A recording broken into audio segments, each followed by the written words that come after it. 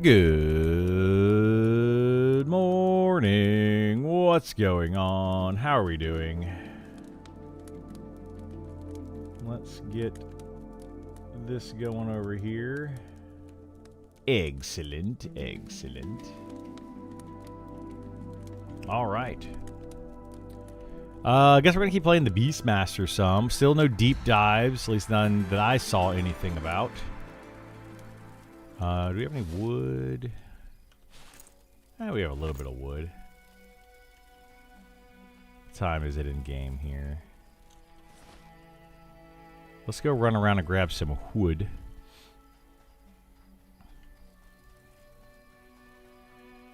Some wood. Putting too much emphasis on the H. There is no H in wood. Where is... That's a good spot for wood. There's somewhere right there. Is this the good spot?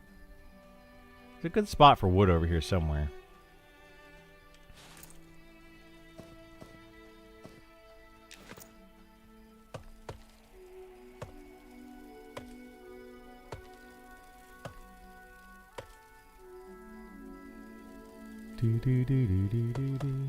Good morning, Vor. How you doing, bud? Welcome back, my friend. Let's go. Ugh. Jet lagged. Uh-oh. You fly home finally? And sick. Yeah, travel will do that to you. Because you're like, you're go, go, go. You always need a vacation from your vacation, is what they say. I personally feel like it's just because you're constantly doing stuff, and you're normally not, your body isn't used to that. You know? Normally you're lounging around here and there, sitting at home, that kind of thing.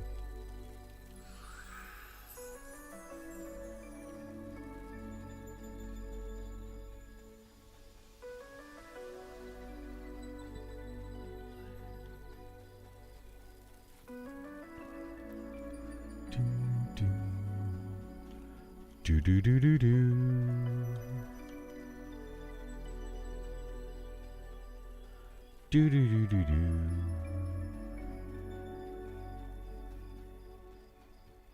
Is this wood? Well, that's definitely a bug.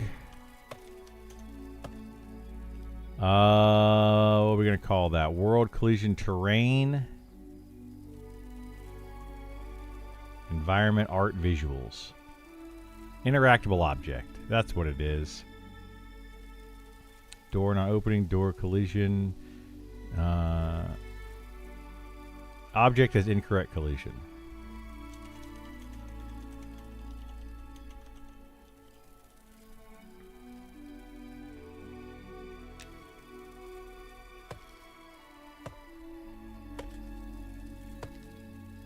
Somebody didn't put that in there right.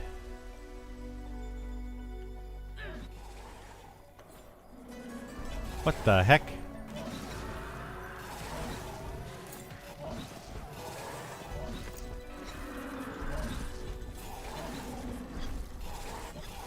Silly Drakeling. Also being amongst so many people, I think Peck's and Bug. Yep, that'll happen. When you're all very close together. That's what they say. Like, I've always heard that it's not the cold weather that makes you sick. It's you're bundled up and you're constantly, things are in your face and people pack into smaller spaces more tightly and it spreads germs easier.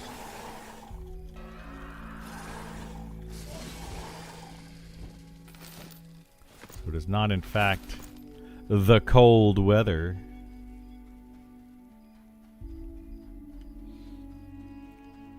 I'm very fortunate. I don't get sick often, but when I do get sick, I'm like, ugh, like absolutely miserable. Oh, these are going to attack me, aren't they? Of course they are. Why are there so many drakes over here right now? This is bonkers. That's you usually? Yeah. I do not like getting sick. Awful. Super awful.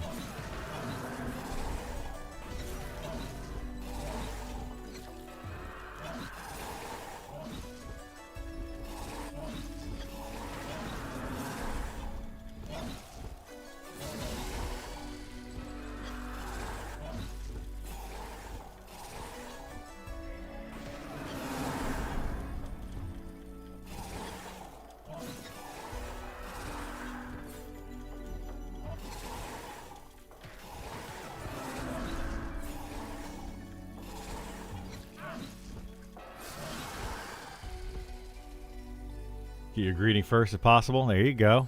I love it. I love that you're always, you pop it in as soon as the stream pops up and you're like, I'm here. I appreciate that. Man, there's another drake. I don't want all these dang drakes. What the heck is happening today? Lots of drakes everywhere. Good morning, Guy Love. How you doing, bud? Happy Friday to you as well.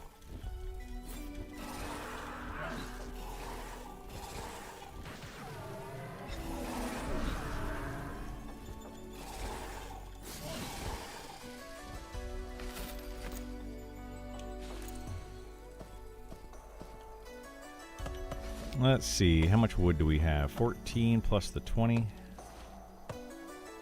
Missed streams over the past few weeks. Chat out you a bit. Yeah, sounds good.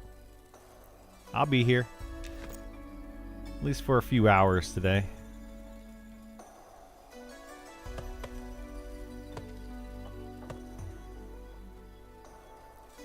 Do you have to take the kiddo again to camp? So we'll be doing that. Today's his last day of official camp. He's at theater camp, so he is doing a play. And they'll be doing a play tonight and tomorrow afternoon and then tomorrow early evening. So super exciting there. He's never been in theater camp before. This is the first time around. So it's different. Definitely different.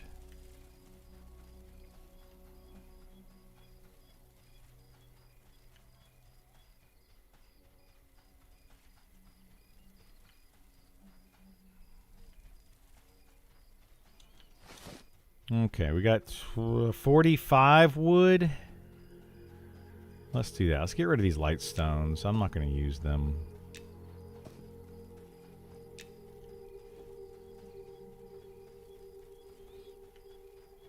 We'll see if we can grab any wood on the way back. There's some right there.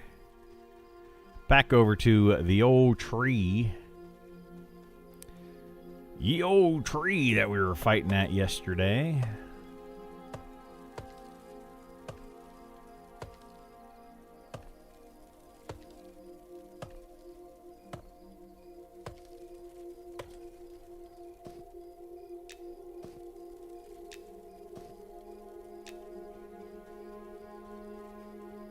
I want to keep trying to fight those. I do also want to try to get...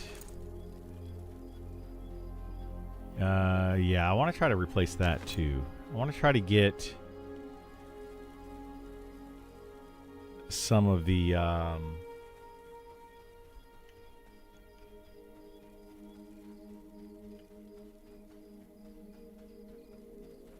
some more of the daggers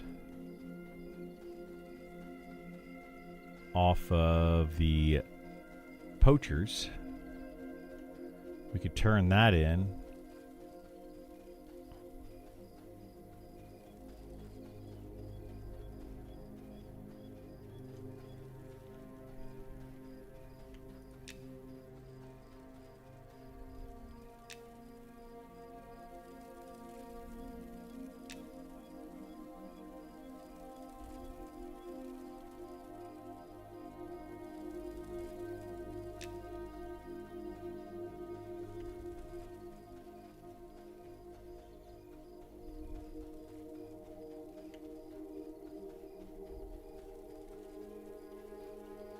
I like this side over here. I feel like it's got more mobs over on this side. We only got 10 wisp dust. It's really not that much. I believe it takes 2 or 3 wisp dust per potion.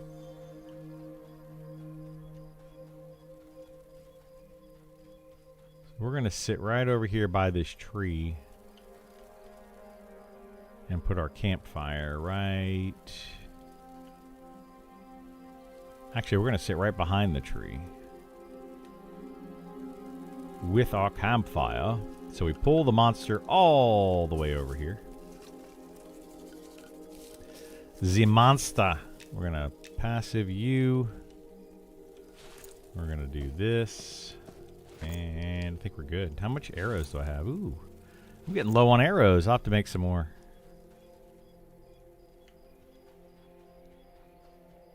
Oh, let me get my feral spirit. I probably should have run over to... Let's go get buffs. Let's do that. Might as well run over here and get buffs. We get regen and prickly barrier and... like some armor class buff. Poison resist.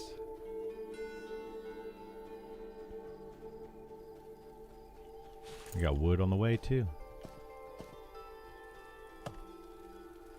My goodness.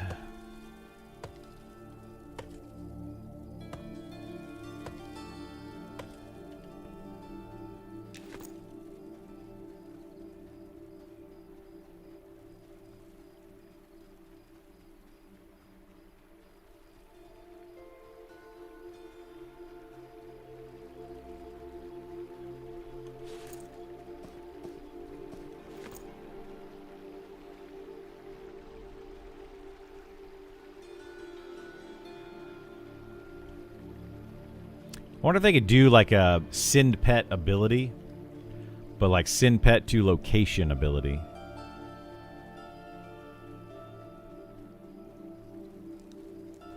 Where you get like a ground reticle. An amber hornet. Huh. Is that a pet?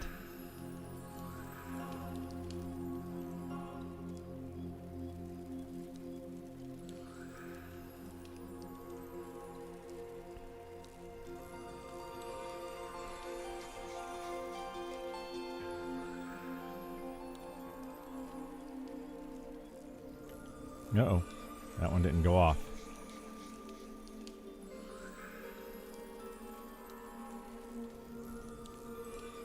I want to say pets are considered NPCs.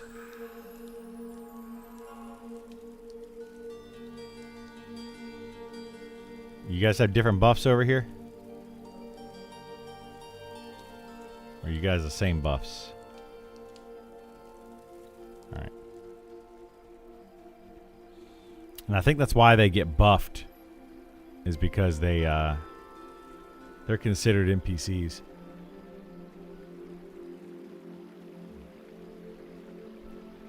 Which I think is partly why they are tough to balance.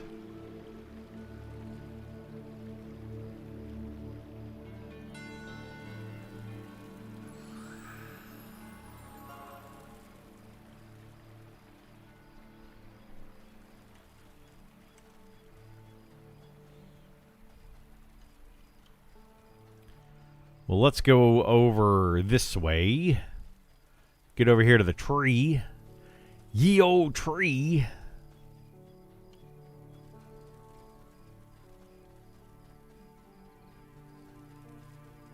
Was there shelter under this tree? I wonder if you can get underneath one of these branches and get shelter.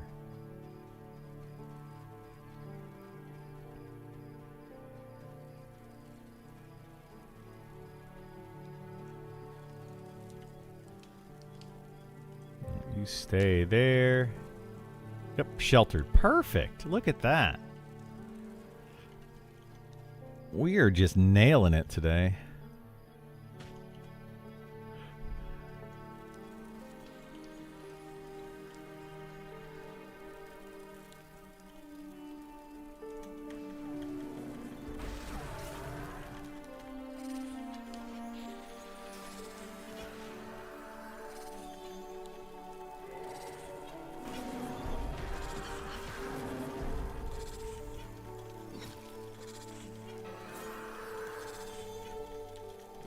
Good morning, Luffy. How are you?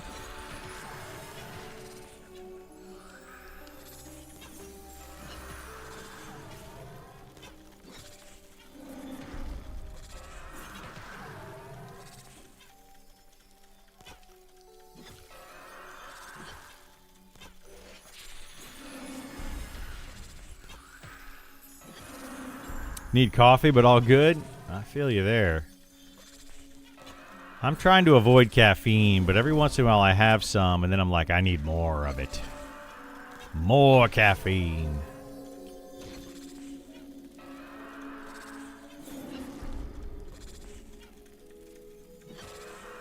Ooh, my acrobatics skill is really low.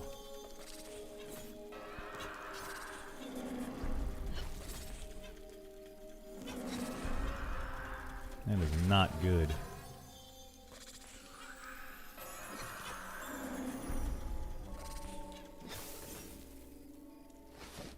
Hey, wisp dust. That's what we came over here for.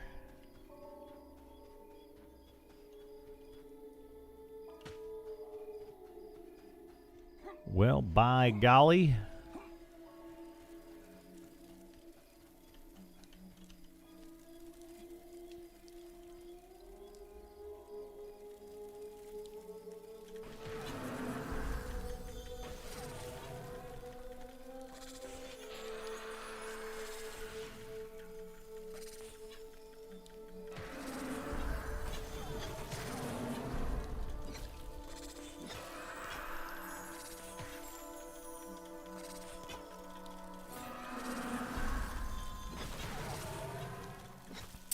They added a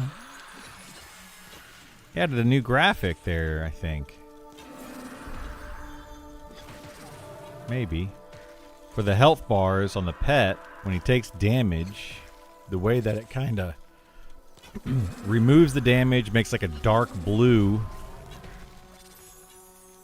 Oh shoot, I didn't mean to use that. Well, I just wasted mana. Wasted mana that I needed. Oopsie daisies. Oh shoot, I'm not in. What the heck? Why is it casting Gate again so quickly?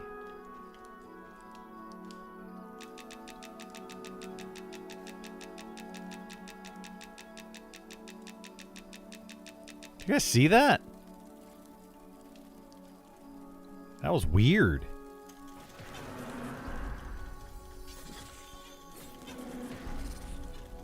Cast Gate twice, like back to back.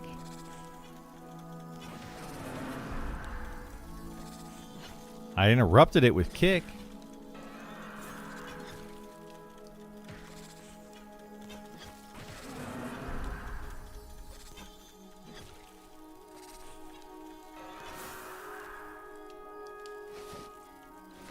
Greater Lightstone. Wait, Great Lightstone.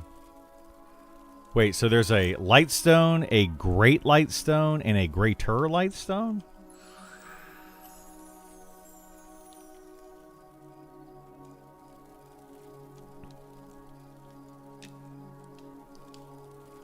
Is that right?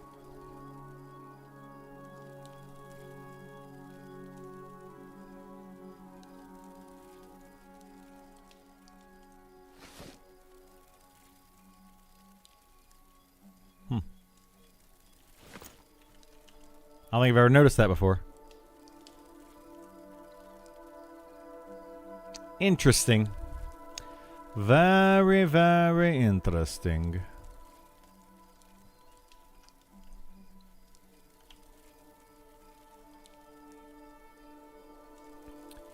Well, while we meditate, because yesterday was kind of boring with having to sit down and meditate so much. While we do that, let's go check out the forums. Stat priority for bards. Short answer, nothing. Wait for rework to find out.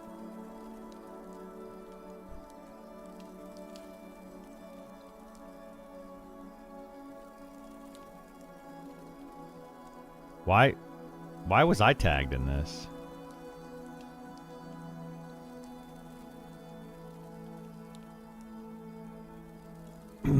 Dex doesn't help with missed notes. Bummer.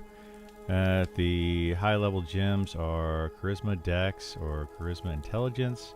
I went Charisma Dex, but those okay. I believe it's confirmed that Charisma affects chance to be resisted and chance to break early. Confirmed in one of the Sean's more recent streams. I think Criddle's recap. Direct shout out to that. Thanks, Criddle. Yeah.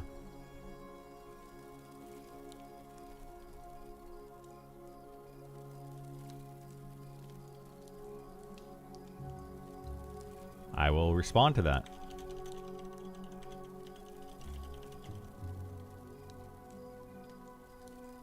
Who said that? Was it Zillith?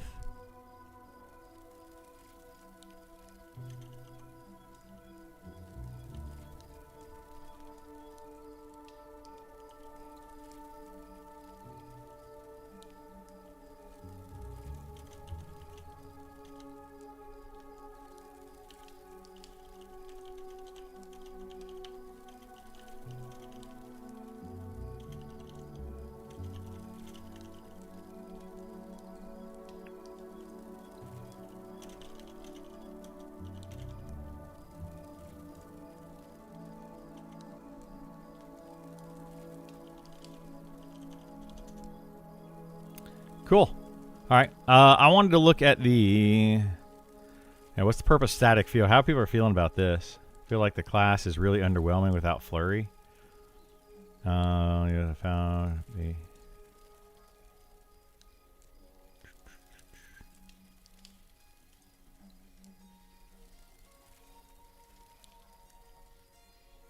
Do the numbers even add up for that?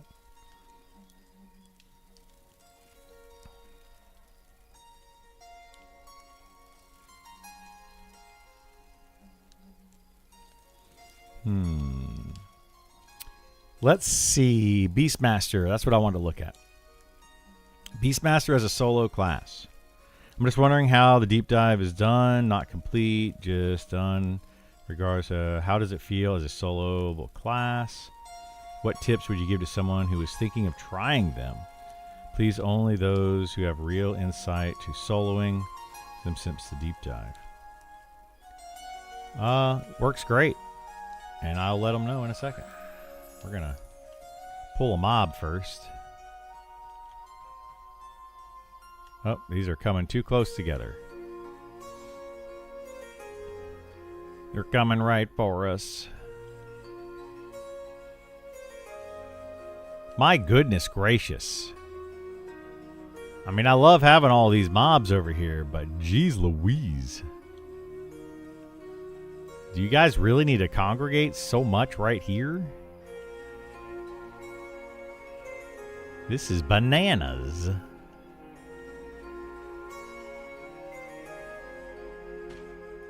Bananas. Ow. That was rude.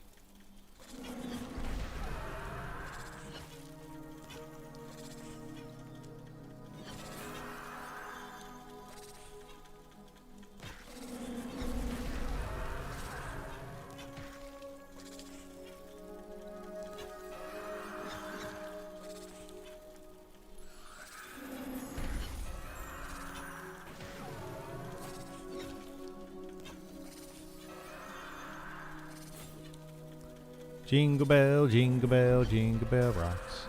All right, we're going to interrupt.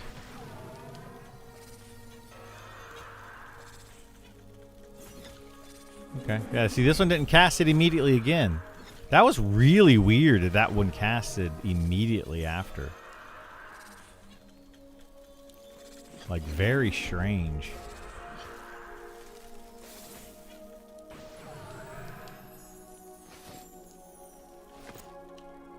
All right.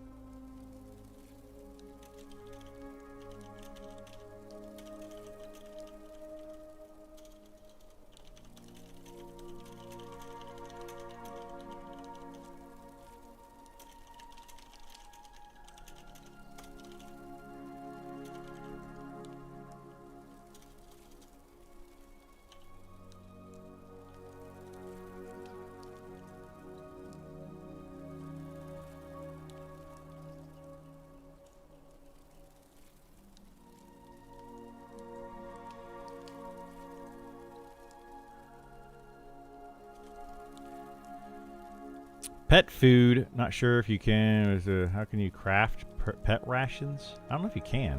I'm not going to answer that one because I don't know. Wasp meta needs to go. Nothing beats the Wasp meta. Better aggro, good debuff, good DPS. She'll either super squishy or do less damage. Yeah.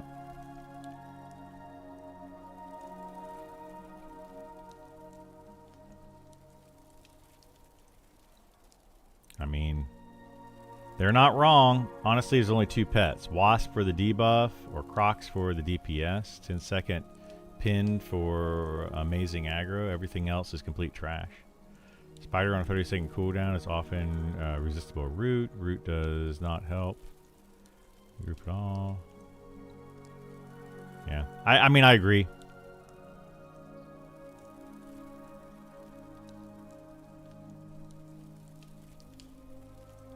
Yep. I agree. Wasp is good. Enraging Strike, damage, math not mathing. Welcome to the balance of Monsters and Memories, where it just doesn't balance.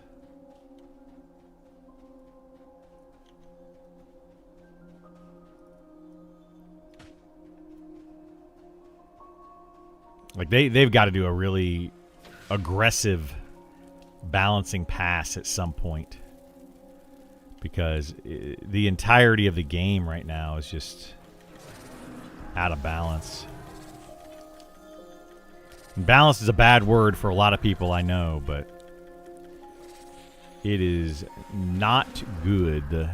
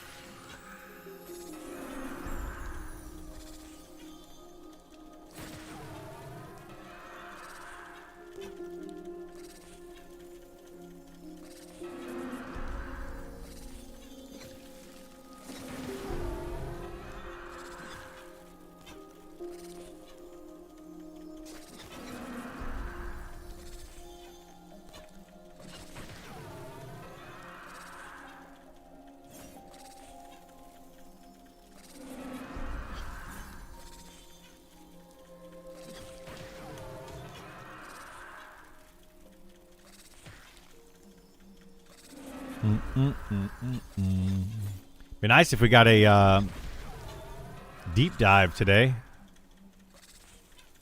Be really nice.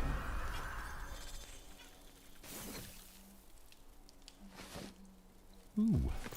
Wisp dust. Alright, let's see how this is not balanced. Did I sit down? I did. Level 23, 51 strength, and using 23 damage two-hander. Raging Strike says it hits for 130% weapon damage, but consistently it's literally only attack or ability to attack. Hits for 1s and 2s and the occasional 6.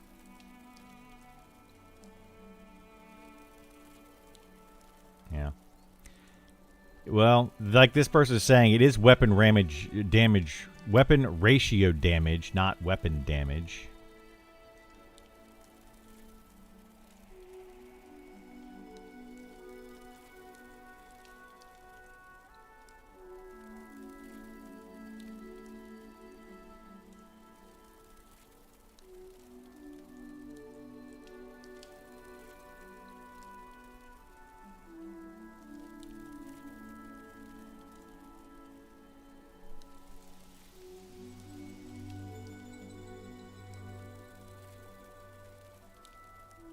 This guy's not understanding.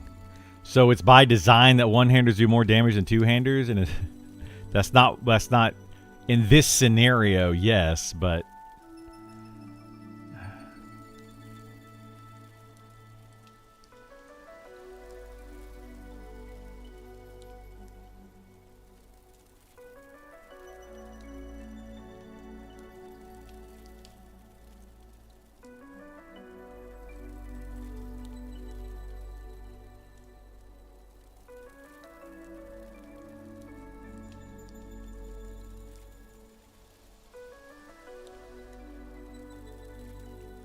yeah, I get what they're trying to say, but man, they're hyper focused on that.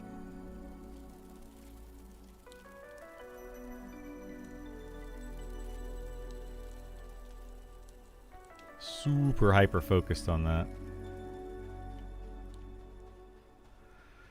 Do do do do do.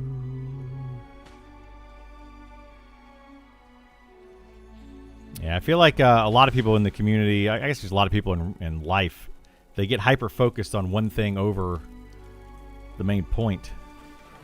They like hyper gravitate towards one little issue.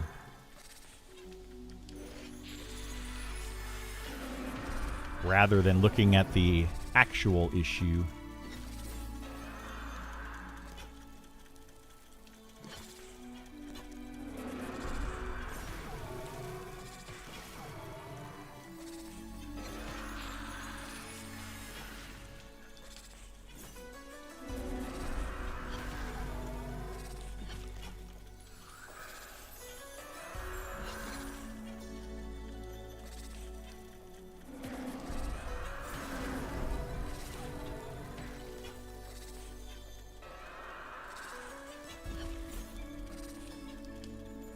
So I'm wondering if, like, we never did look to see what the heals,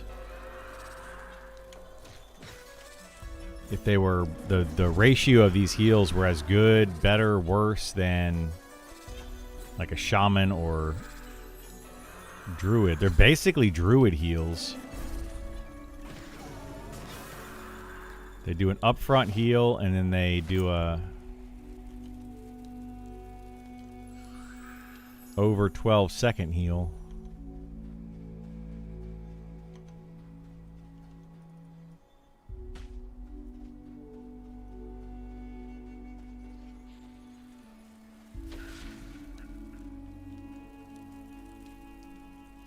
And I don't know which one is better.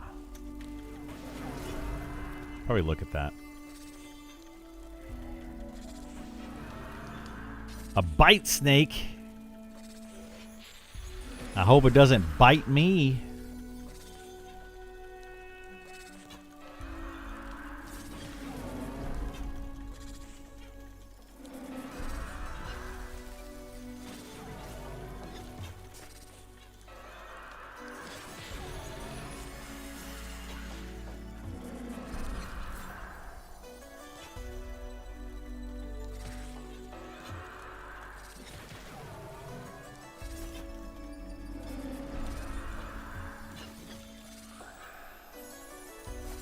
Man, these heals are so expensive.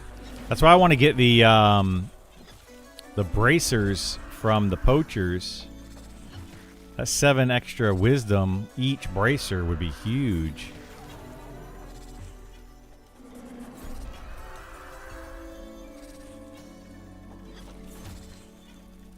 Would be huge.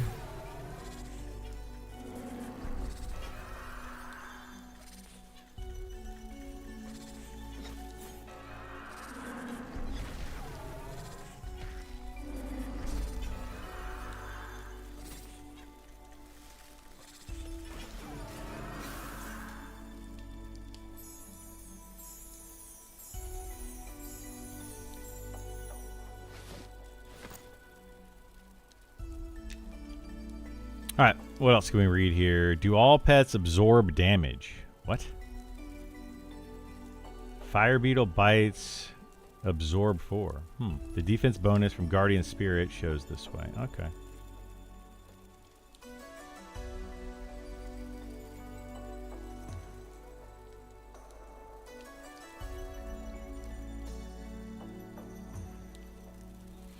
Yeah, the absorb is when you have like damage reduction.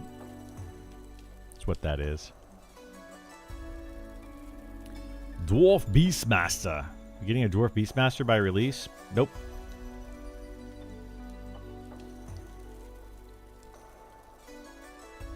Just want to know what you guys. You at the moment 28. I have command, 2 strikes, chop, kick, heal.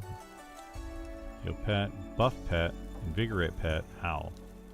It's about right. What do I have? Command, chop, 2 strikes, buff pet, kick, howl, heal pet, heal myself. Yeah. Basically.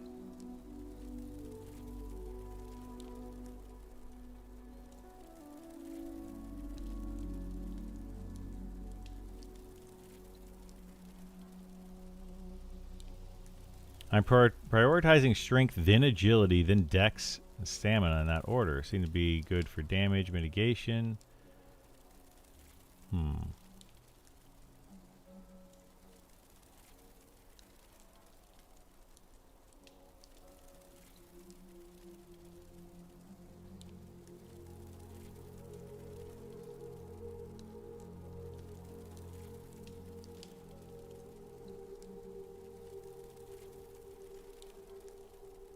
Yeah, I would go strength dex as well.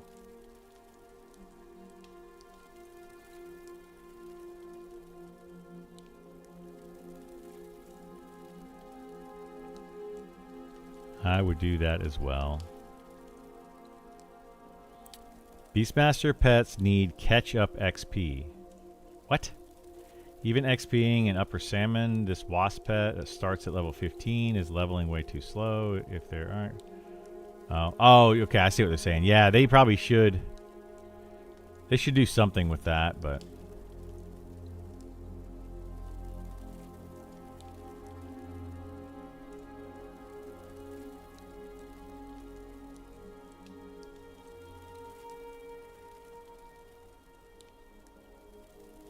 Hey, thanks so much, Kettleone.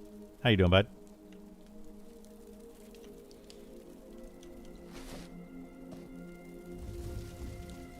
Yeah, I agree that pets leveling up slowly feels kind of bad. Wait, the heck? Did this guy just run around and kill all the wasp?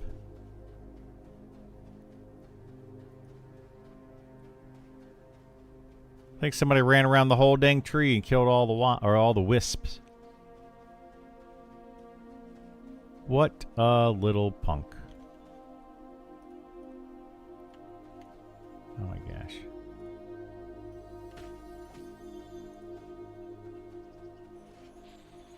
Run! Run quickly!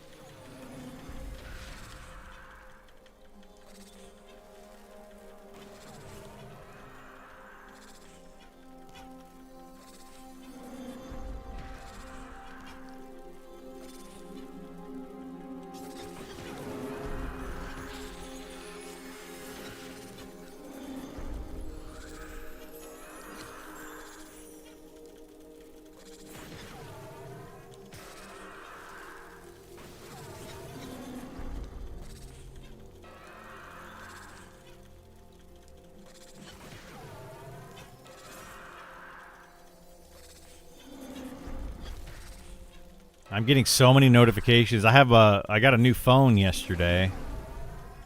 Well, yeah, anyway. getting it all set up. Now I'm just getting tons of notifications. It's driving me nuts. Absolutely bonkers. I guess it's doing lots of updates or something. I don't know.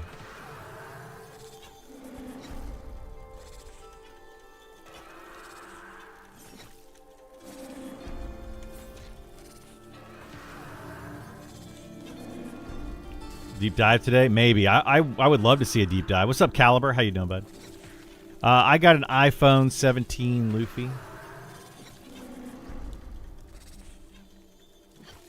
I've never had an iPhone before. I'm actually not a fan of Apple.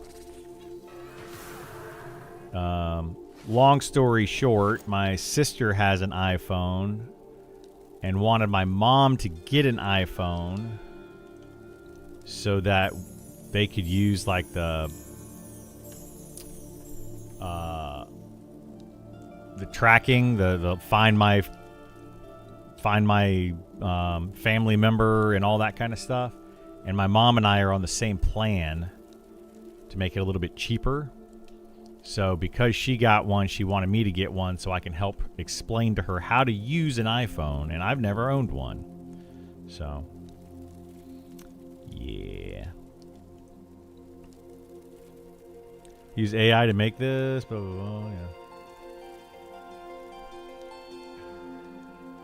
You had to switch to Apple from Samsung as well, so you've adjusted. Yeah, it's not too much of a difference. Like, it doesn't bother me, but yeah. Wonder why it put these two together. And it didn't separate them right here. It's weird. AI, man. AI is weird. Good morning, Captain Cat. How you doing, bud?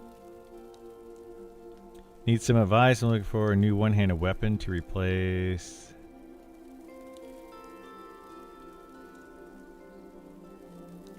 Honestly, that's a really good weapon.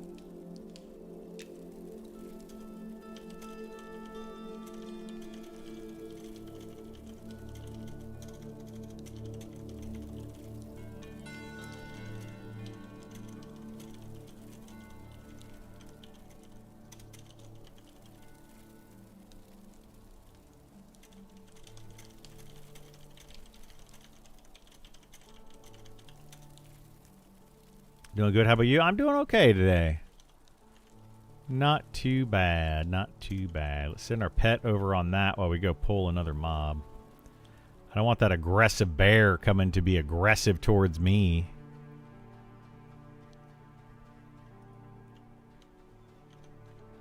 That would be mean.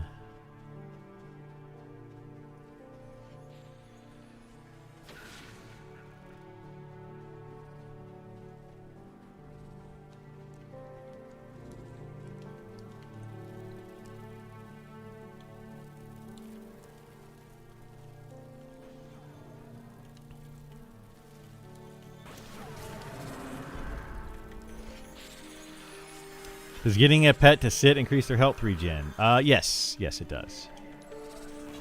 Yeah, anybody that sits, it increases your health regen some. It's based on, like, stamina, but if you're standing up, it's 1 health regen. If you're sitting down, it's automatically 2 health regen. And then you get bonus for standing, or for having more stamina. So, at the very least, it'll double their health regen.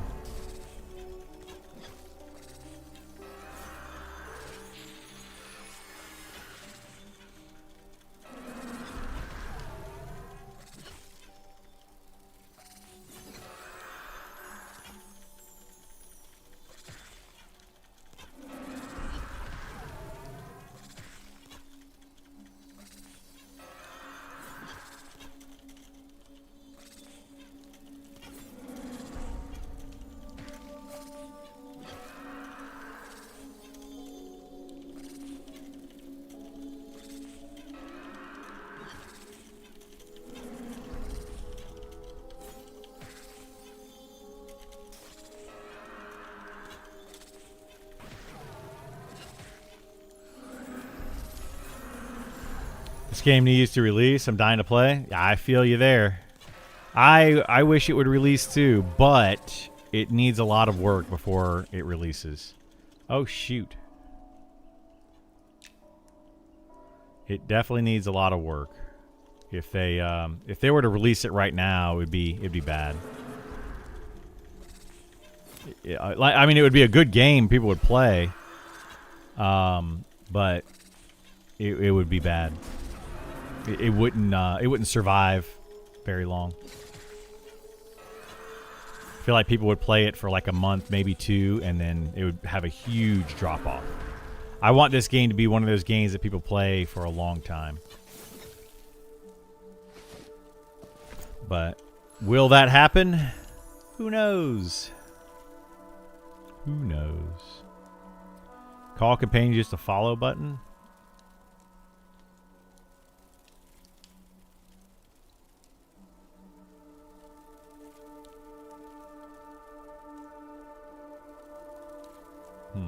Yeah. I get that. I respect them holding back. Yeah. How much is a pet hot tick for? Shaman level, I wonder. If it's more like a druid shaman mixture. Mine right now, which I just upgraded at level 28, heals for 120 initially and then 120 2 times after that. So a total of 360 for the level 28 spell. I don't know how it relates or translates to druid and shaman.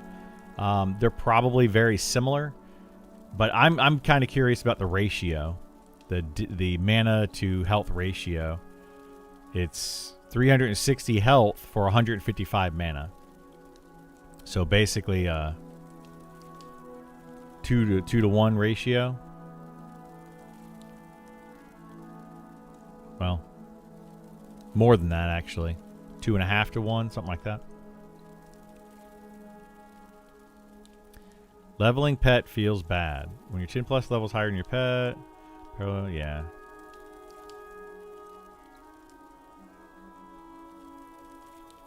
Yeah. This is good feedback. Leveling up a low level pet is not fun.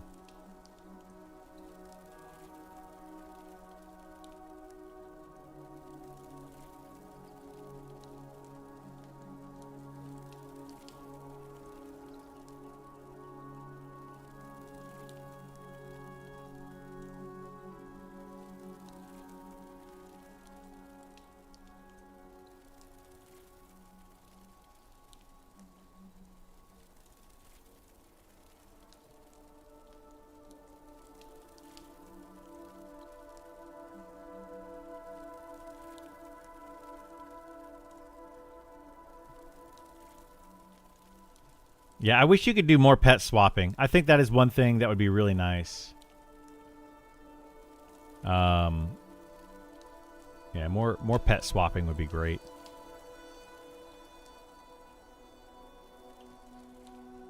Like, I feel like at level maybe 20, you should have the ability to have 2 pets that you swap between.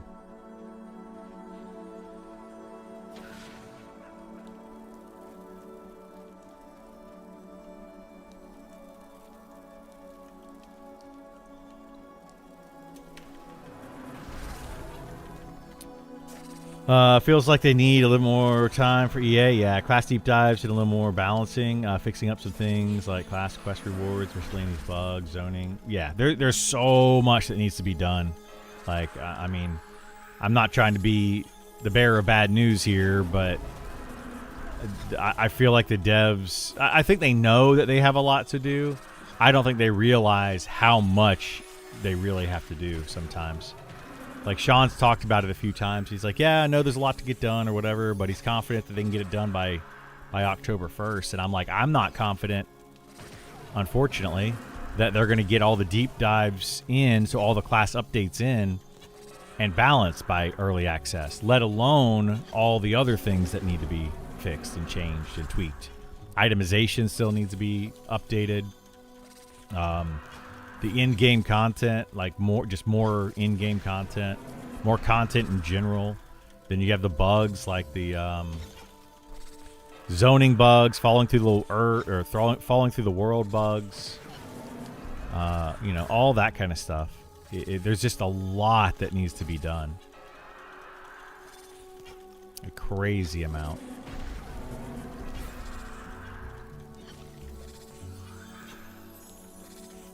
And I'm just not, unfortunately, I'm not confident they're going to get it all done by early access. Now, the thing is, it's what needs to be done versus what can wait until after early access.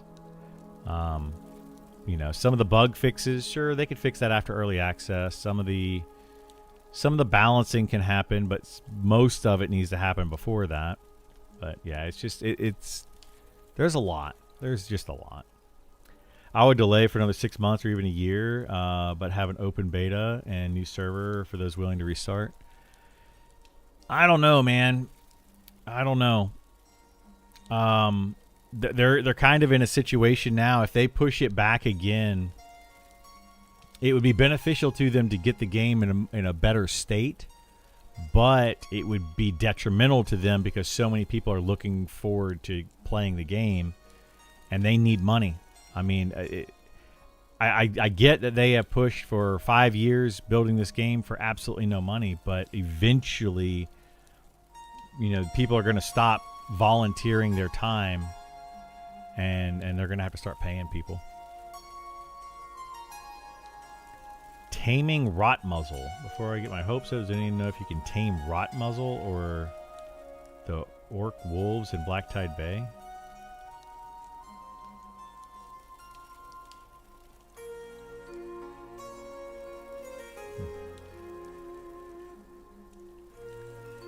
New pet spell list.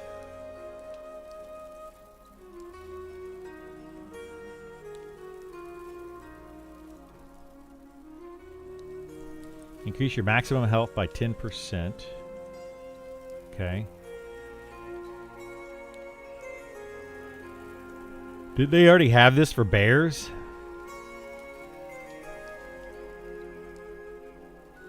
I'm going to play EA hard and just enjoy the ride. Yeah, I mean, I'm going to play EA as well, and the game is definitely in a state that is playable and is a lot of fun, and there's a lot to do.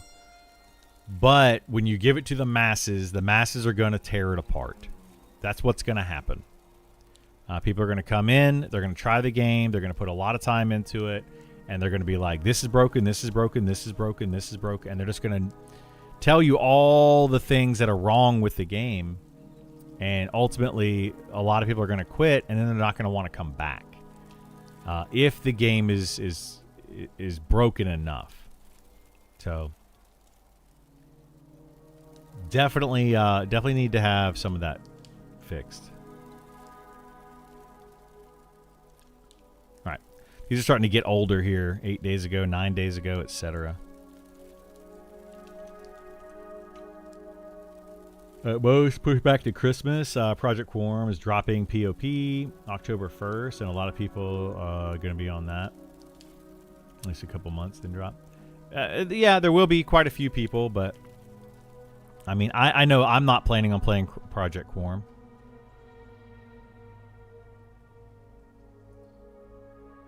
$17.40 versus this is 12. I don't think that's better. 17 divided by 40. Okay, and then 12 divided by 32. 0.37. Yeah, it's a little bit better.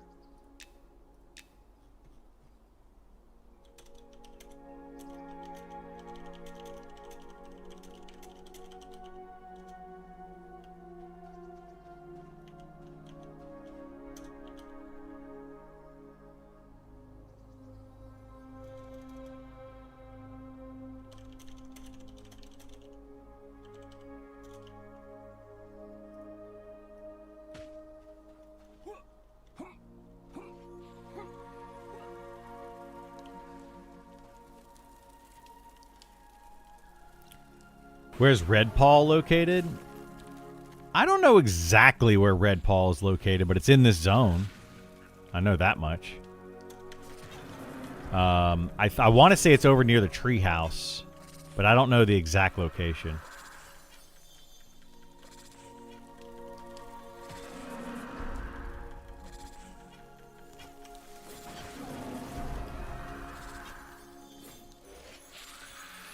I have a friend of mine that knows where it spawns, but yeah, I'm not 100% sure. I just want the game released with how grindy the game is for me. I just don't want to put in more time. Oh yeah, I feel that, Bash. Like that definitely feels bad right now when you don't have the crazy amount of playtime, and it is very grindy. There's it takes a long time to get levels and get gear. It's definitely yeah.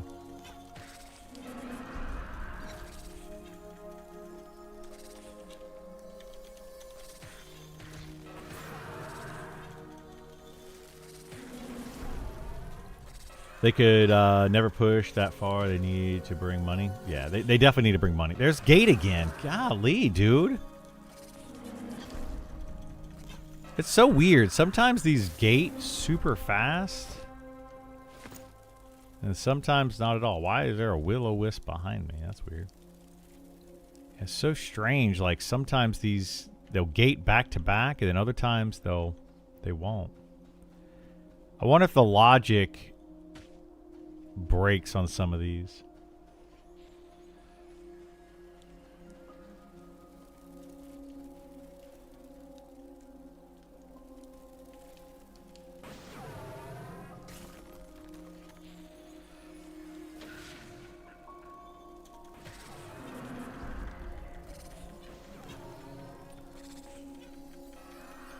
Launching same day as POP is not ideal. Yeah, I mean, for people that are playing Quorum, it's definitely not ideal launching on the same day. But gotta launch sometime.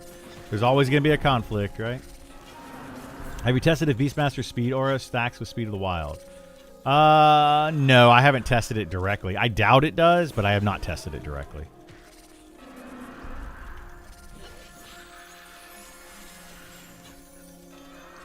Maybe Bear Cave, where the undead poacher is. It might be, yeah. I looked around and couldn't find the cave. Guess I missed it. Yeah, the Bear Cave is like that direction somewhere. So if you come out of the... I've got a video, actually, that shows exactly where the Bear Cave is. If you look up my my poacher video, the poacher quest video, because you have to go in the Bear Cave to do it. It's got it'll show you where it is to get like the haste dagger and all that stuff.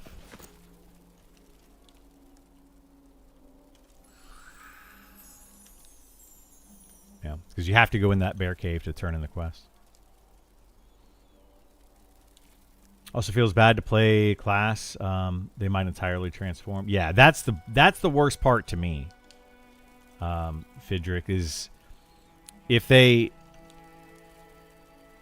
continue doing these deep dives and they drastically change the way that they play,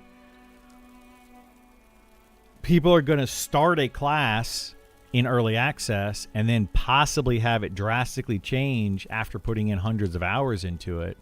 And people might be like, I don't like this play style, you know, because it can be very, very different play style.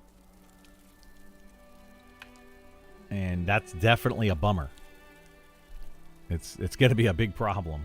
So they got to get that under control for sure.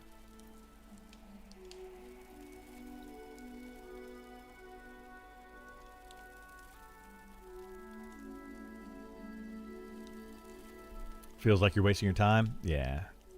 It kind of does. I get it. I get it. Rat form. Losing this is a deal breaker. No dice, delete. I give him a chicken illusion. I do kind of miss that they removed the rat form ability. Like, I don't know why they would do that. I mean, I guess they're not spellcasters, but with the new Beastmaster, the theme shifted dramatically. See, this right here is what I'm talking about. As this person point, I'm not reading the rest of this yet, but they basically are just like the theme of the class shifted dramatically, and it absolutely did. Like, doing that after early access hits is gonna feel so bad. Like, they can't do that.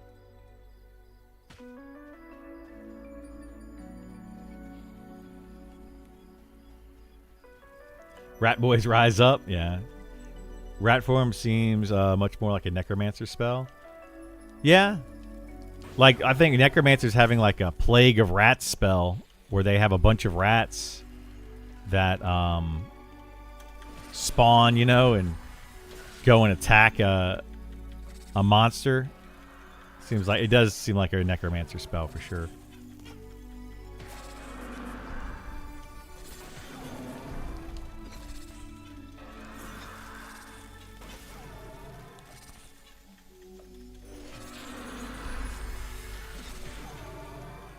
But hey, we'll see what they do. We'll see. Any animal morph spells should be for Druid, in my opinion. It's their theme. Yeah, Druid or Shaman. Like, Shaman can also have it, but Shaman would need to be more of a ghost animal version because it's the ancestors. But yeah, Druid transforming into beast. I could see that.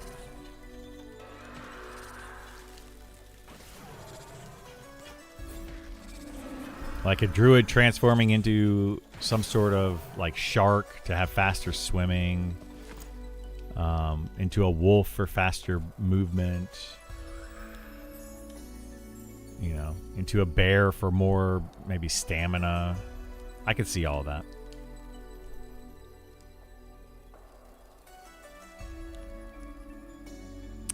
Yeah, I mean, they would cry about copying World of Warcraft, but it depends on how they do it. Like, if a Druid transformed into a bear and then became a melee class, like a tank, then yes, they would definitely cry about that and be like, you're copying World of Warcraft. But if they just turned into certain animals to get a small bonus, I don't see an issue with that. Like turning into a wolf and giving them faster run speed, turning into a shark, making them swim faster, that kind of stuff, yeah. But their class ultimately stays the same. Yeah, I don't see much issue there. And it's not really copy and pasting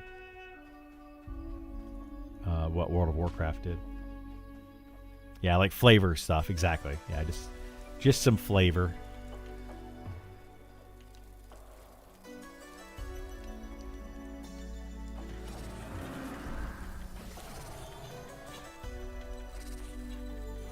Yeah, I don't see them doing the WoW thing where every class has multiple different specs and being able to flex into other roles. I know a lot of people have talked about that quite a bit, but this game is not a game where you're going to be flexing into other roles. You know, a fighter being a tank and then flexing into a DPS, a druid flexing into a tank or a healer or whatever. Like that's not what this game is, so I don't see it happening. Despite a lot of people claiming that you can do that, that's not the intent. So yeah, I don't think it's gonna happen. Rat with sneak. Yeah, I mean that's the thing that Beastmaster kind of gets. They get an ability where they can summon a rat that they use like to sneak with. I don't have it yet, but you know it's a cool idea. You basically summon a rat that you control so you can sneak around and scout places. I'm curious if you can use that rat to like attack an enemy and gain aggro and like pull mobs. Because that would be kind of cool if you could do that. Is it anything you can do that some other game hasn't done in some form? People need to relax on that front. Yeah, they do. I agree. Like, they're going to copy something from somewhere. Like, that's inevitable. There's no possible way they can make this a 100% unique game. I mean, being an MMORPG, it already isn't unique.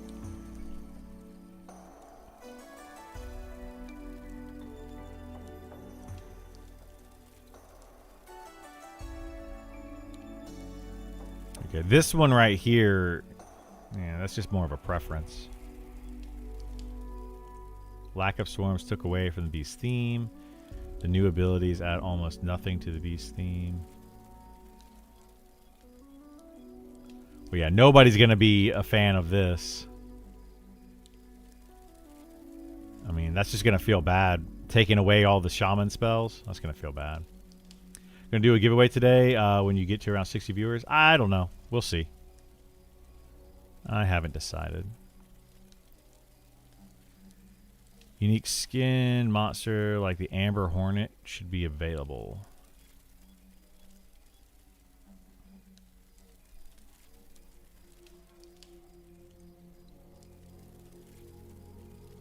Isn't that just a regular wasp skin? It's just smaller? That's what it kind of looked like. Pets talking to us are a bit odd. What? Oh, sitting down, master. Yeah, that is a bit odd. But, I mean, I feel like you can learn how to communicate with your pet. I mean, having it say sitting down, master is a bit strange. But what if they did something like that, like an emote? Blinky nods at you in agreement or something like that, or Binky follows your orders happily. You know, more of an emote type of thing instead of it literally talking to you. Maybe that would be better.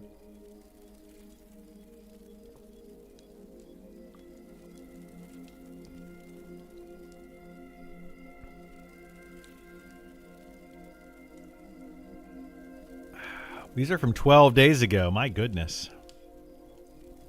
All right, let's go to... How's the Druid forums going? More mantles. We'd love to get a mantle of autumn and spring. Oh, to like instantly go to that?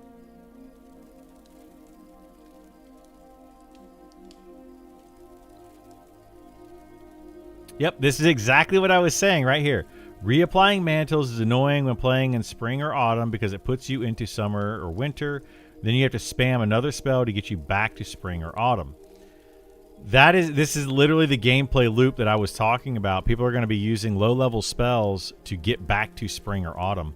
And it's just going to become meta. And everybody's going to do it. Like, whether it's meta or not, everybody's still going to do it. Because you want to be in spring or autumn for the mana regen. So that's 1,000% what's going to end up happening. It may not happen immediately. It's going to take people a while to figure it out. But once people start to understand it, they're absolutely going to be stuck in one of those two.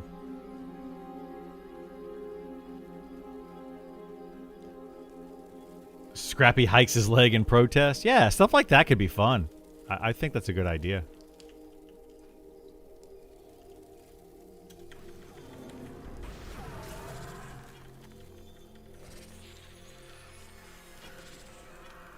Four mantle auras, choose one.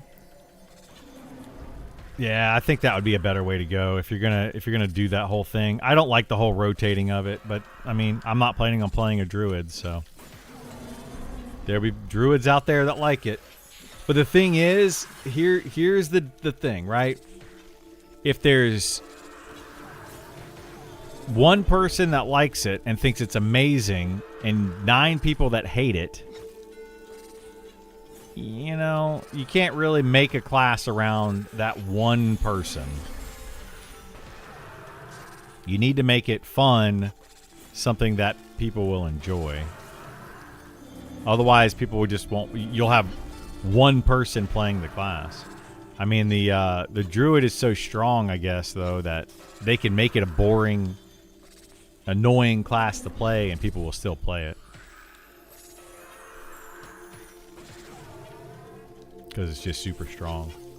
Also made a good point about needing... Hang on. Heard that gate happening. Needing to stare at a buff nonstop. Yeah, that's really annoying to me. That's why I won't play it. I don't want to have to sit there and stare at the buff. I don't know anybody that wants to sit there and just stare at their buff bar all day. That's awful. I played games like that in the past, like the rogue in... the rogue in World of Warcraft and the ninja Final Fantasy, the monk in Fellowship, if you ever played Fellowship. You're just constantly looking at your buff bar, like, oh, do I have 1, 2, 3, 4, 5 of the different ticks or whatever? Do I have what I need? Okay, so I can do this. Do I have? And you just constantly look at it. It's just really annoying. Druid's kind of crazy at the moment. Travel, healing, nuke, like a wizard. Yeah, they're way too strong. They are so out of balance. It's ridiculous.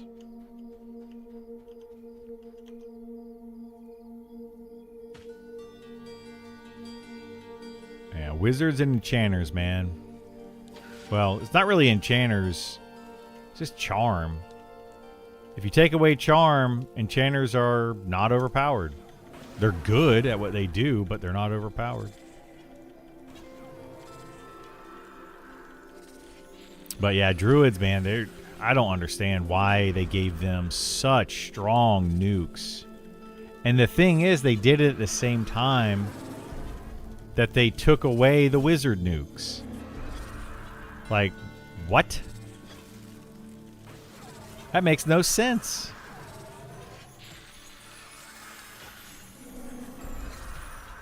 It's like there was no communication happening there. Like, hey, I'm going to make this wizard do this damage. And another person's like, oh, I'm going to make this druid do this damage. Well, huh. Why are those numbers really close together?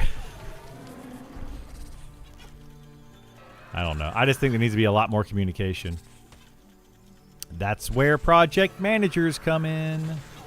Just saying. Project manager that knows what each member of the project are doing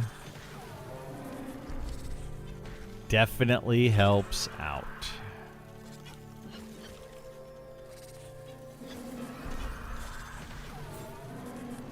Initially, you needed to gear for intelligence for druid to do damage, but they reverted it, which is stupid.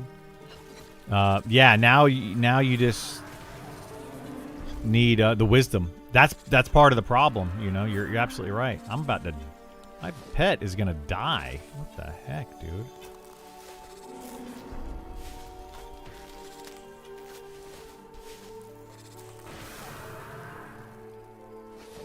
Sometimes you get a mob that just does so much damage. Crazy. I'm saying patient because there's so much going on, but yeah, it's almost unbelievable, some of the decisions. Yeah. That's the thing. There is so much going on that it's hard for them to keep track of it all. Again, project manager. But yeah, we do have to be patient. You know, I'm a pretty patient person on some things, but I'm not like crazy patient.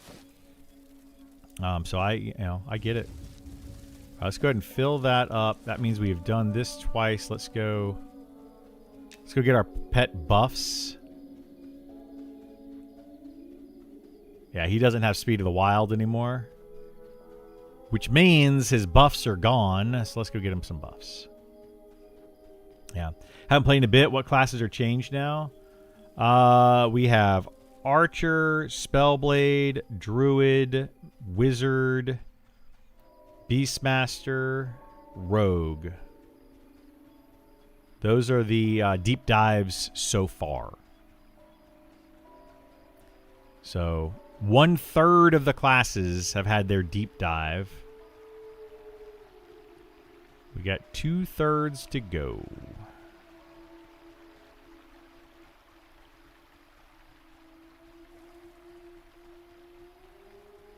Oh, Waspy.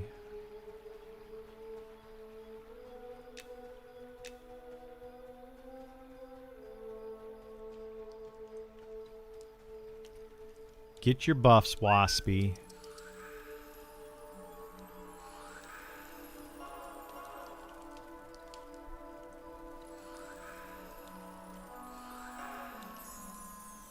It's 76 days to early access. Yep.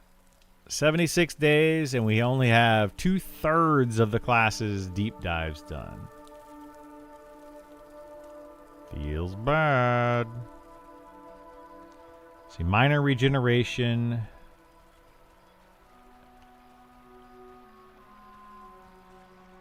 And then corruption protection. All right, well, we got minor regeneration. Wait, he didn't give Speed of the Wild.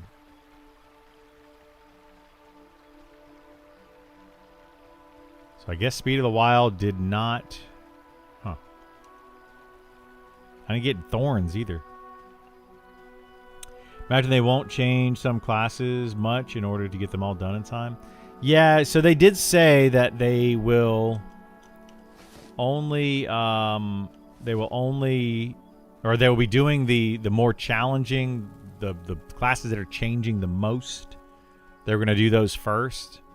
And then the classes that are just like updating a few abilities on, they're going to be changing those the least. And they'll be doing those second. So, like, I feel like the fighter, for example, isn't going to be a drastic change. It's probably going to be one of the last ones done, which feels bad because I really hope that it ends up being a good class. You know, I don't know if it will or not.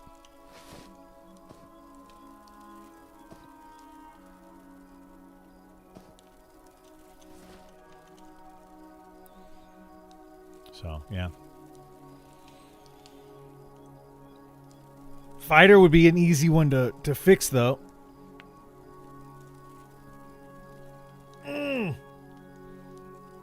My goodness, man. I need some stretches. Get my body to wake up, you know? But yeah, Fighter one I think is a really easy fix. Lower the DPS on it some, remove the crit, remove the triple attack. Done. Like, as far as that. And then add in a couple of defensive abilities. Add in riposte. That would be a good one. More shield abilities. That'd be a good one. So maybe the later reworks will be better since they're learning from the early reworks. That's true too. Yeah. You would think maybe they could pump out the less rework ones to show more progress. I mean, yeah, I would think, hey, why don't we pump out, one big rework with 2 smaller reworks together, so that we get, 3 classes each time, rather than do 4 big reworks together that all took a lot of time. The first 6 classes, it's taken them a long time. It's been, a month and a half, 2 months.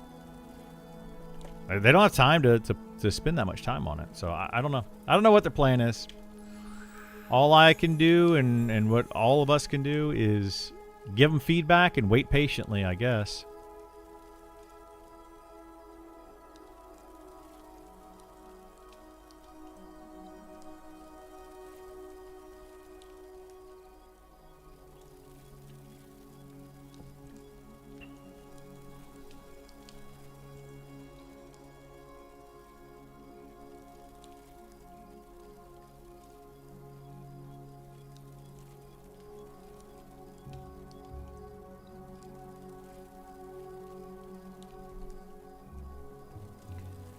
We will see, I suppose. We will see.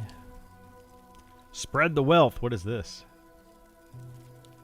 So to this point, I played Druid to 35 plus, Ranger to 20, Beastmaster to 22. Bottom line, Druids are so freaking overpowered. I mean, it's true. They are. They get everything compared to other classes. Speed of the Wild, heal, dots, DPS, ports, regen, damage shield, CC in terms of snare root, summon food, drink, armor class buff. Yeah, they get everything. Look at all that. Look at all these things that they get.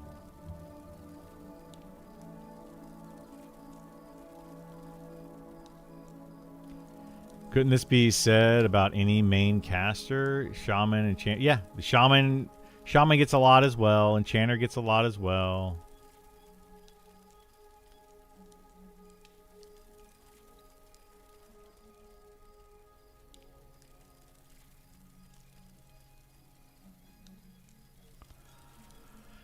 I mean, it is what it is. Druid Shelter spell. 76 days, that means only releasing a rework every 6 days. No problem. Yeah, exactly. And they're not keeping up with that.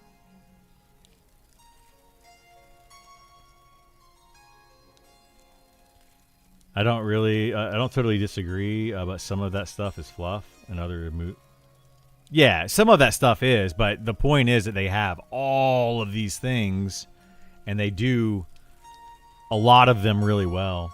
My biggest issue with the Druid is it's not that they can do a lot of stuff. It's that they're supposed to be jack of all trades, master of none, but they're like a jack of all trade, master of several.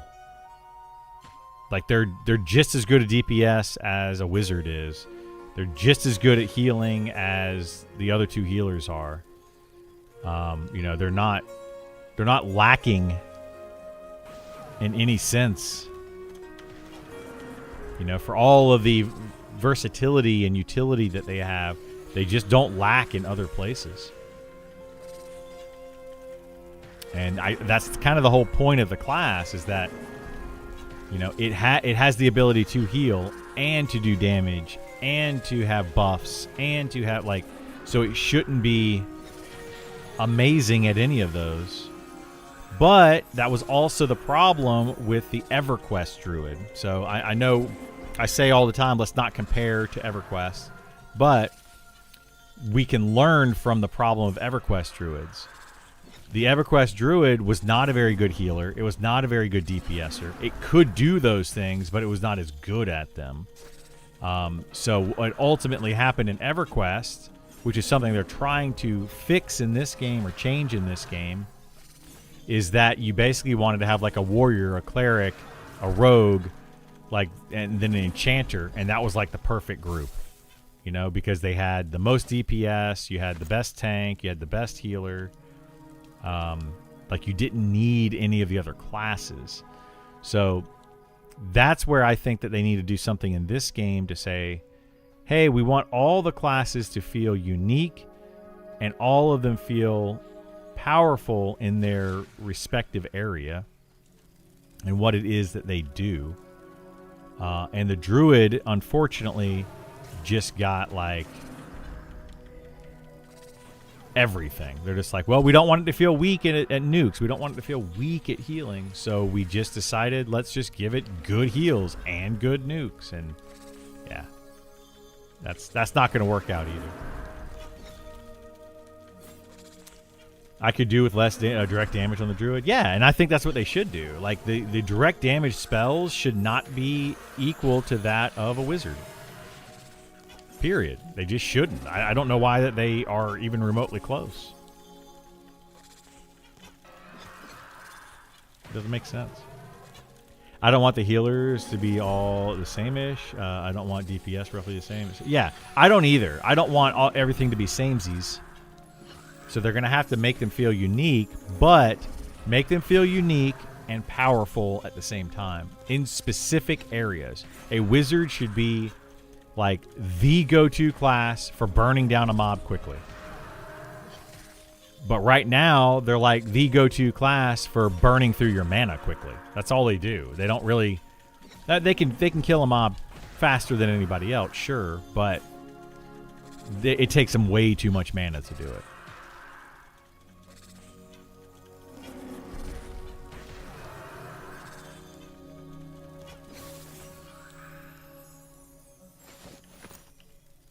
So yeah, that's just all they got to do. They got to figure something out with that. I feel like they have too many classes. I think 18 classes was too many in the first place. I don't know why they were like, yeah, let's do 18 classes. Okay. Well, now you got to make sure you differentiate them, first of all. You got to make them feel different. Because like right now, what they're doing is like the Beastmaster and the Rogue. The play style's different, but ultimately they're just DPS classes. They're just physical DPS classes. So they don't feel different enough. The same with the Spellblade. It's just a physical DPS class. It does, like, what does it do special? It's got an aura that increases the nukes of your party members. You know? So I don't know. They got to figure something out, and I don't know how to tell them what to do to make it better. But that's not my job. It's somebody's job, though. Porting to Evershade Weld. I noticed that the Fade Drake pass into the port in Evershade mostly at night.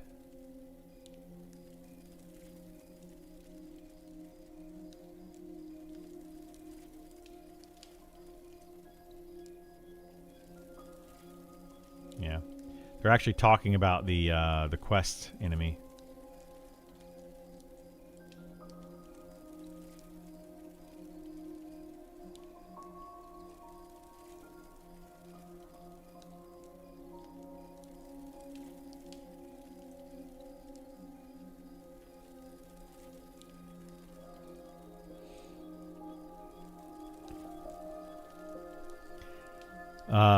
I feel with a well-balanced CTK, Druid Dots, and Damage Shield contribute to group along with light heals, which I know they are more than light at the moment.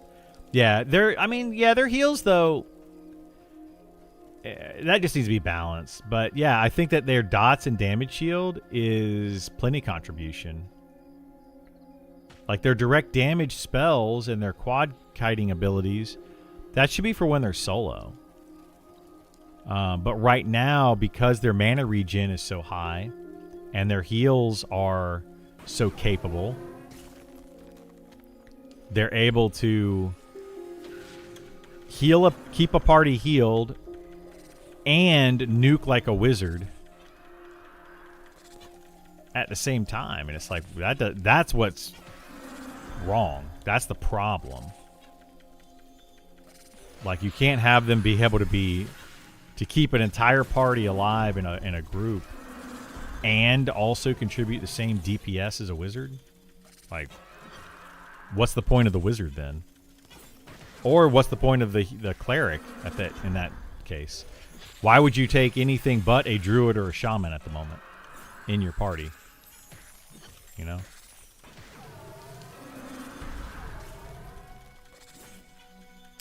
They need to shift druid damage from DD to dots. Dots feel underwhelming, honestly. Yeah, that would be a way to go, but I think that's the plan, is that shaman are going to have the better dots. Shaman and necromancers are going to have really strong dots. Druids are going to have some dots, but also direct damage spells. I think that was kind of the idea behind it. Not saying it was well thought out, and I'm not saying it was balanced or anything, but that's the idea. So that they differentiate them, right? It's a healer. There's a healer with good direct damage. There's a healer with good dots, and then there's a healer that has additional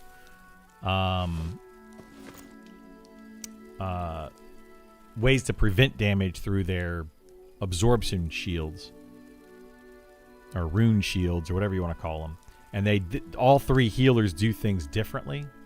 But ultimately, what are you going to want? You're going to want the healer that can heal the party, keep the party alive, and also do damage. So that's going to make the cleric, no one's going to want the cleric in an XP group. They're going to want it for raids, but they're not going to want it for an XP group. So clerics are going to have a hard time because they don't do anything special, right? They don't keep a party more alive. You know, like, it's either your party survives or your party dies. As long as the healers can keep your party alive so they don't die, that's all that matters for healing. And if as long as a druid and shaman can do that, then they're going to always have that role. Now, if they were to reduce the healing to where the shaman and druid struggle keeping a party alive, then they're going to complain and they're going to be like, oh, we have to always have a heal or a cleric in our group to keep the party alive. Then there's no place in the game for having a druid or shaman because their DPS is going to be subpar to another DPS class. So why would you put a druid or shaman in your party? The only reason you would do that is if you had a druid and a shaman in your party. Then between the two of them, they could keep the party alive and do a little bit of damage. So they would add up to be one cleric and one DPS when combined together. And that's the part that's going to be hard to balance. It's going to be really hard to balance. But I mean, think about it. If you put a druid and a shaman in your party, have one focus on healing, the other one focus on doing damage, but the one that's doing the healing can do a little bit of extra damage when they have extra mana, and the one that's doing all the damage can do a little bit of healing when the time is needed. So it kind of balances that out. But people don't play that way.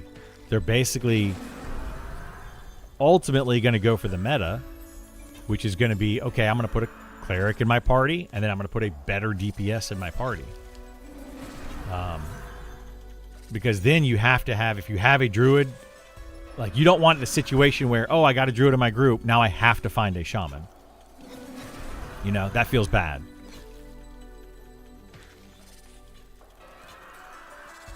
So there's a lot going on there, and it's going to be really hard for them to balance it. and what they're currently doing is going to make it just to where clerics are obsolete, though. So yeah, we'll just have to see. Fire and cold nukes from druid feels too much to their kit and lore. I would have preferred they had nature-based spells, attacks from roots, vines, insects, animals.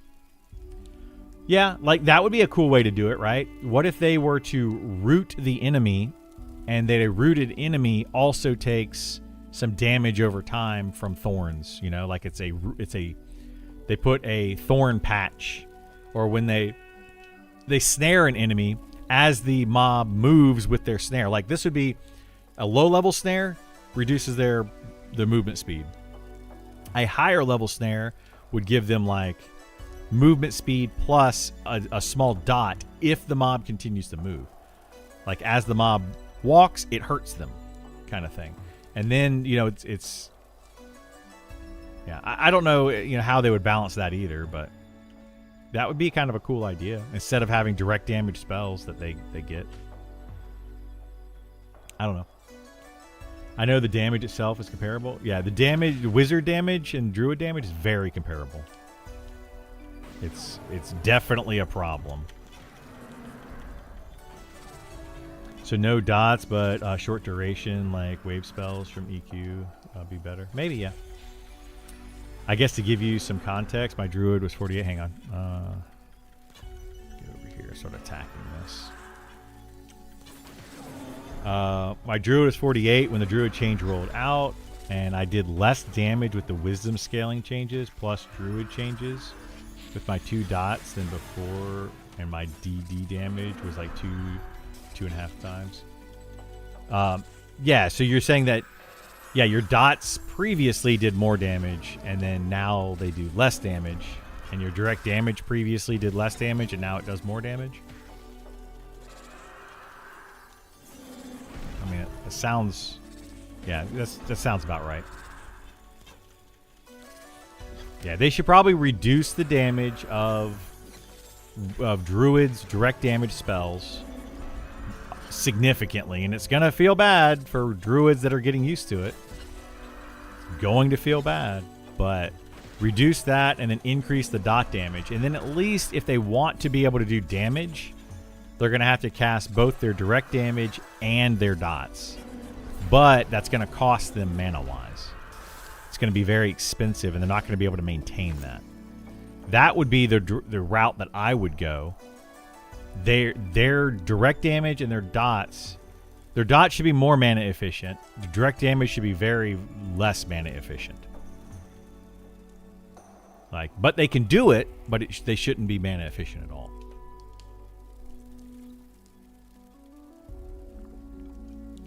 Unfortunately, right now they're similar damage to wizards and similar mana efficiency to wizards.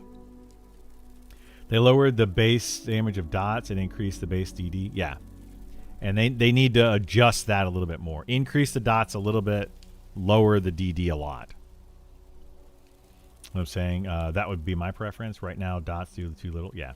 But like I was saying, I think the idea is that necromancers and shaman are going to be more dot heavy, and the druid is more direct damage heavy. But they just overdid it. They overshot the numbers quite a bit. Oh, I lost my thing here. Wolf form, plans for it to do anything special.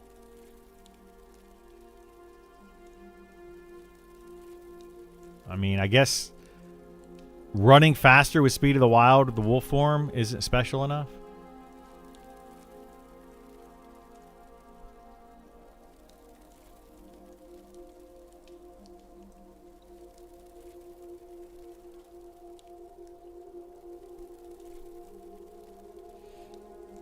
But yeah, I don't disagree with this. You know, having the different, like, turn into, you transform into the creature. Like what they did in D&D.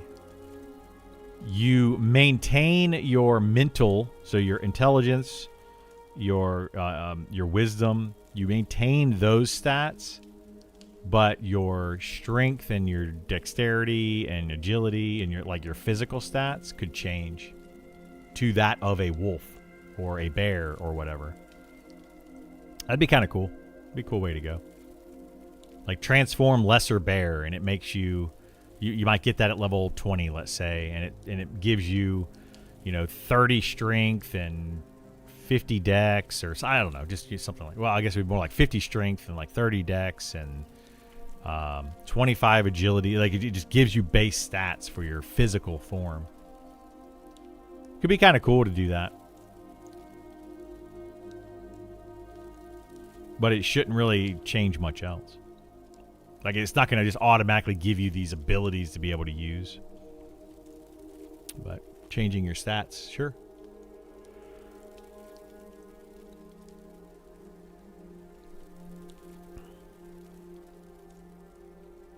Mob kiting change. What is this?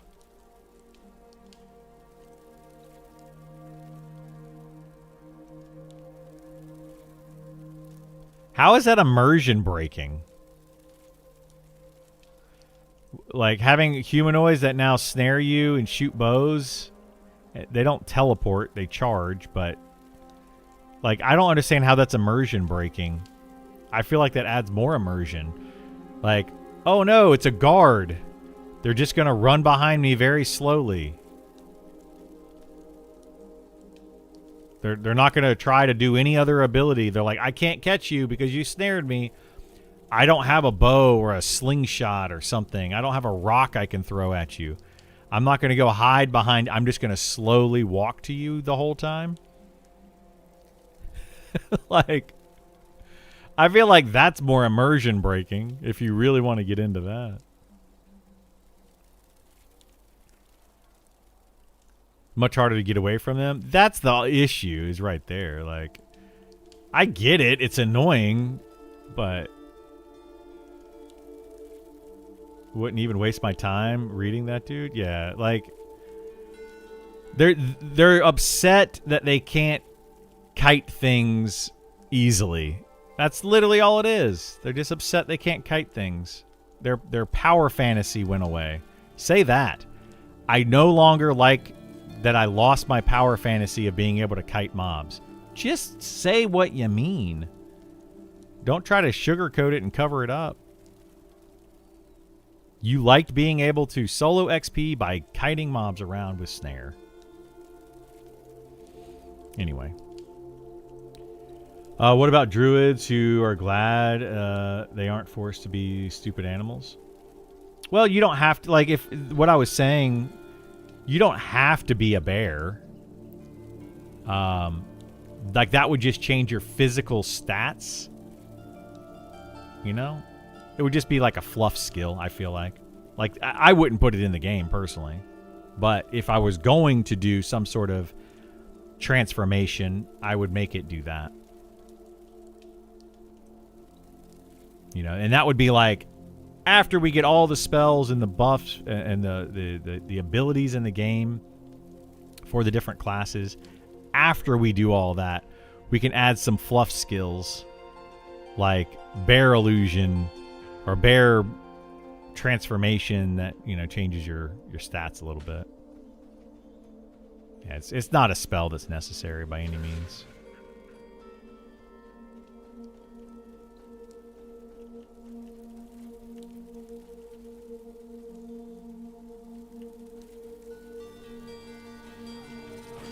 I think people, though, there's a lot of people out there that want to have,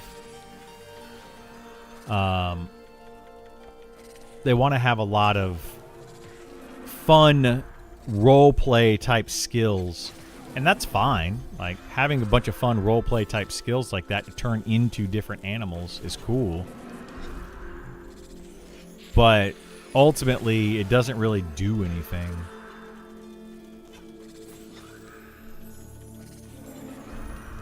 So, like, I don't know. They don't need to put them in the game right now. That's like what they were doing previously. There was a lot of meme builds. Like, let's put in this ability for the memes. Why?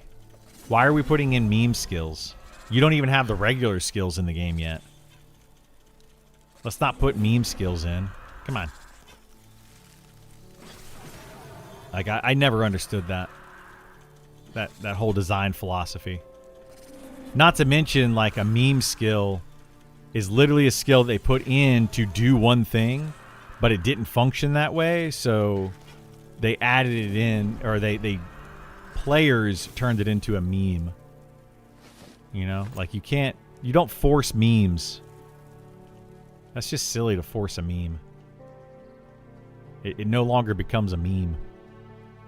I've said meme too much.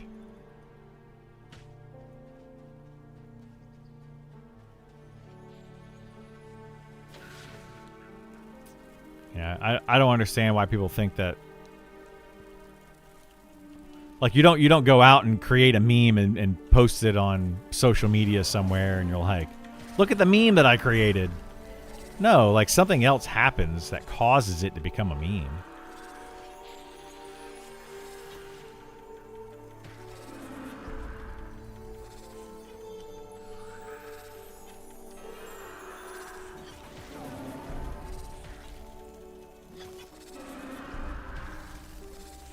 Or maybe I'm just misunderstanding how those come about. It's like explaining a joke, you know? You tell a joke to somebody and they're like, I don't get it. And then you explain it to them. If you have to explain it, it's not funny.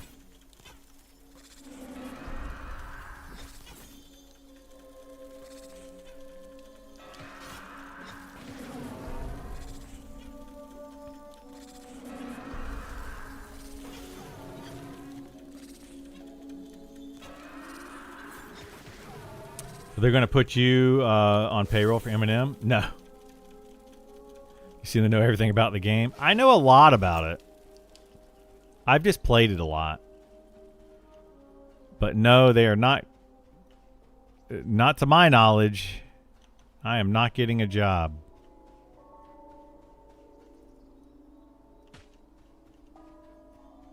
You should get a job for real. I mean, I would totally, if they needed like a project manager or something, or even just like an actual tester, I would totally do it. Like paid testers. I probably play this game more than anybody else. Like, actually play it.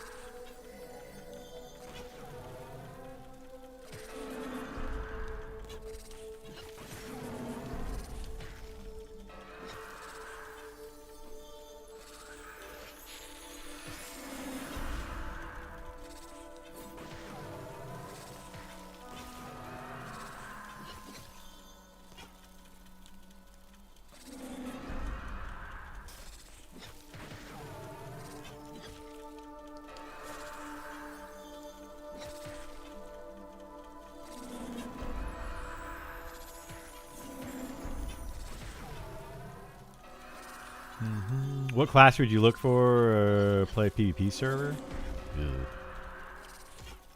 I would look for a different game. I mean, to answer your question, though, like, not to skirt around it. If I were to actually... Oh, no, it's got a gate. Nice, I killed it right in time. Got lucky there. If I were to actually play on the PvP server...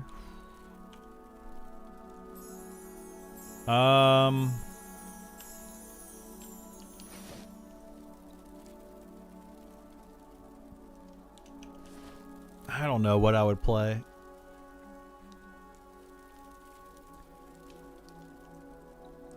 Probably like a wizard, or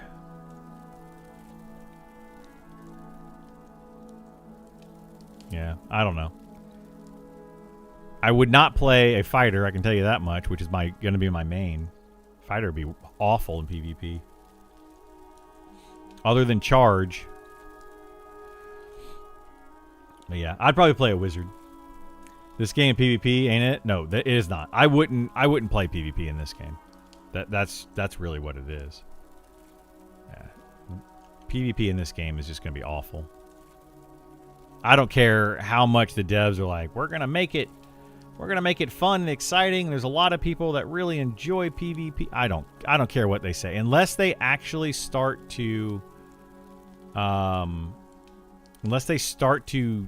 change the way, the fundamentals of PvP. They have to, like, add faction base, like Dark Age of Camelot. They need to have some sort of punishment for if you become a player killer.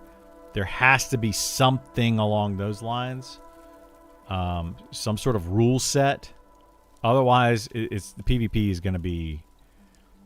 It's going to come and go with the wind. I'm telling you. It is not going to last.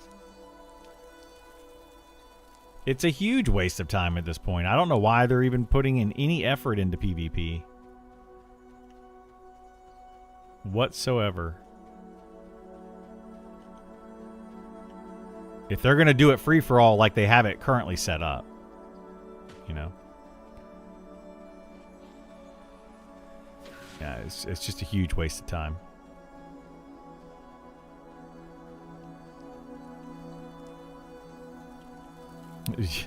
Your PvP character name is Wasted Resources. Nice. Yeah, I mean, people are volunteering, right? But personally, I feel like it's one of those things. They're like, the devs will say stuff. They said this in every single game. Pantheon did the same thing.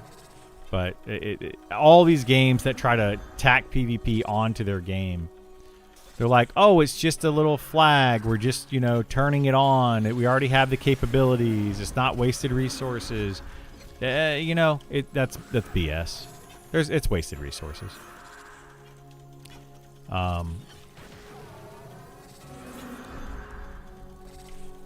You got to have somebody that they've already shown that they adjusted a skill. They adjusted abilities in the game on the PvE side because of PvP. They hired on, and I don't want anybody to lose their job over this, but they basically added on a member to their team that focuses just on PvP. That's wasted resources because they could have added somebody else that focuses on PvE, right? It's called the opportunity cost. You can have this or this. If that person wants to continue to work absolutely 100% volunteer basis, just for funsies, and they want to work on the PvP server, sure, they can do that. But ultimately, that's probably not going to last very long.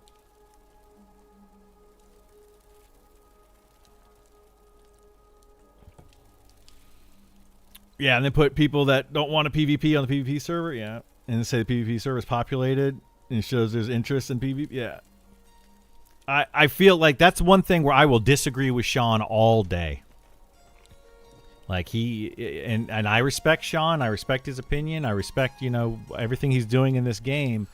But something that I will absolutely disagree with Sean on is that the PvP server is populated and people are having fun on it. There are people having fun, right? I'm sure there are people that are enjoying the PvP server. But to say that the majority of the people, or even that most, or even like 30% of the people are like, yay, I'm having a blast on the PvP server. They're having fun because they have access to the game. But if you gave them the opportunity, if you gave 100% of the people on the PvP server the ability to move to PvE, I would imagine that most of them would switch. They don't want to be on the PvP server. It's just their only option. Or it was their only option or whatever. Like it, you know. I think they're also, they're once you get flagged for PvP, I haven't heard of a single person that was flagged for PvP that then got flagged for PvE afterwards. Like, I really think it takes them out of the running for it. Even though they have said multiple times that it doesn't, I really do think that it does, because I don't know of a single person. Doesn't mean it hasn't happened. You know, I don't literally know everything. I'm not, what do they call that? Omni something. But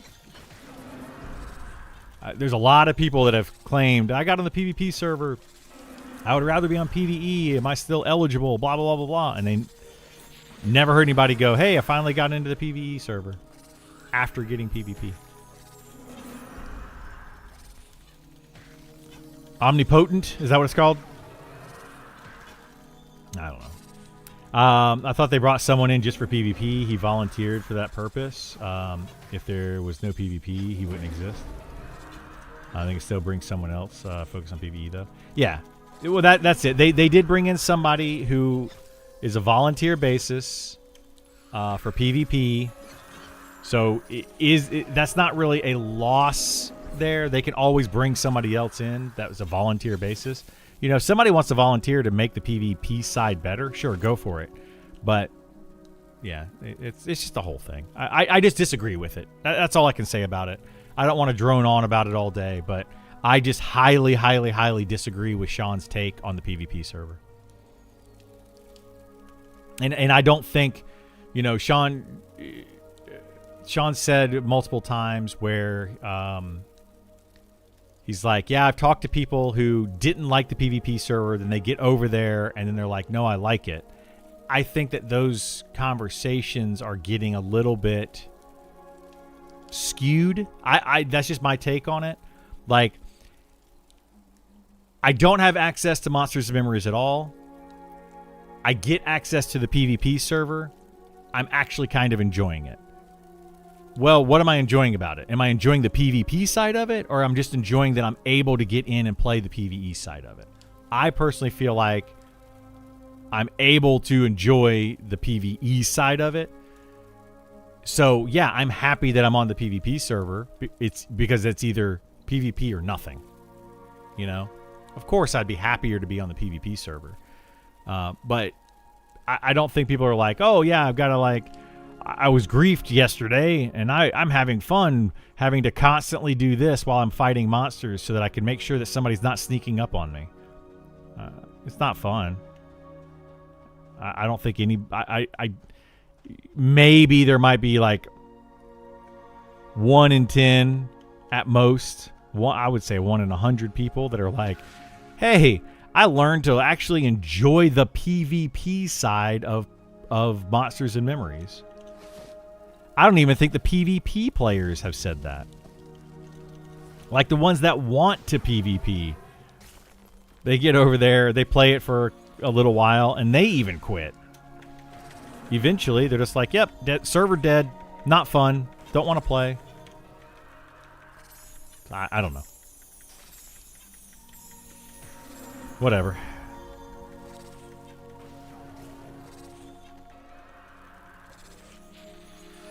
Yeah, I'm not planning on playing PvP at all. Like, yeah, I have no intentions of playing it. The only reason I'm talking about it is because people brought it up. No intentions whatsoever.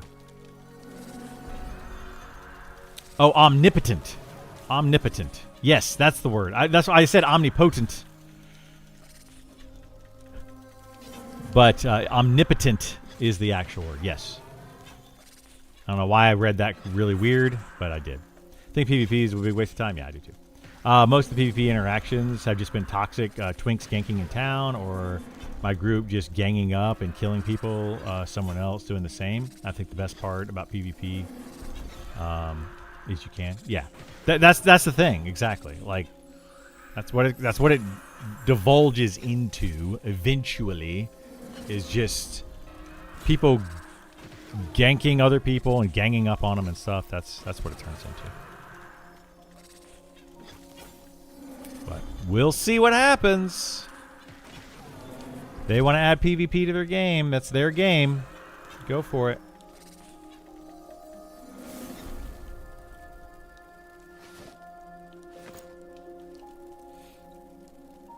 Remember Pantheon PvP? Yeah, that was a disaster, dude.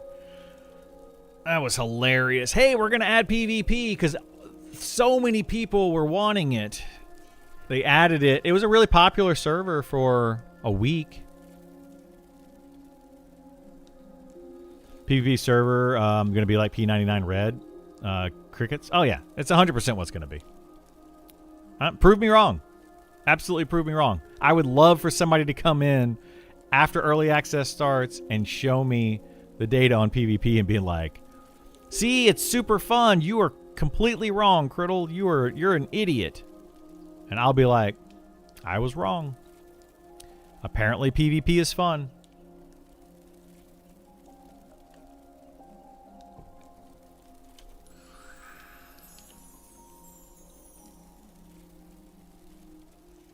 I would love to be proven wrong in that case.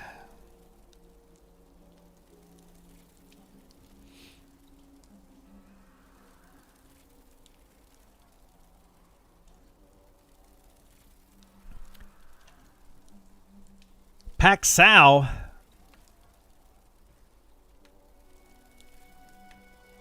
Don't complain, just accept the blessing. Oh my gosh. Maybe in a couple years when they have a good rule set and faction based. Yeah, maybe. But I totally agree with that, yeah. Once they if they were to go that route, make it like Dark Age of Camelot with factions, or make it team versus team PvP. You know, capture points, like capture and hold type of PvP. You know, you got to do something like that. There's got to be a punishment, too. A punishment to the person doing the PvP, right? The PKer. There's got to be a punishment, like a faction hit. You start killing players left and right. Night Harbor's like, hey, you're an outlaw. I'm going to kill you for coming into town. That kind of stuff. There's got to be a punishment to it. Otherwise, people are just going to do it just for poops and giggles. What else can we look at here? What are the fighter forums going on? I haven't played my fighter a lot. Fighter Deep Dive Concept. I'm playing fighter quite a bit, really. There's class headed. I don't think it needs more buttons. I think it needs more meaningful choices. I'd agree with that. Big problem is the fighters have most of their core toolkit by 16. After that, progression is mostly gear. It's 100% gear outside of triple attack at level 55. I don't think they get anything else after level 16, do they? So, oh, somebody buffing me? Oh, yeah. Thank you.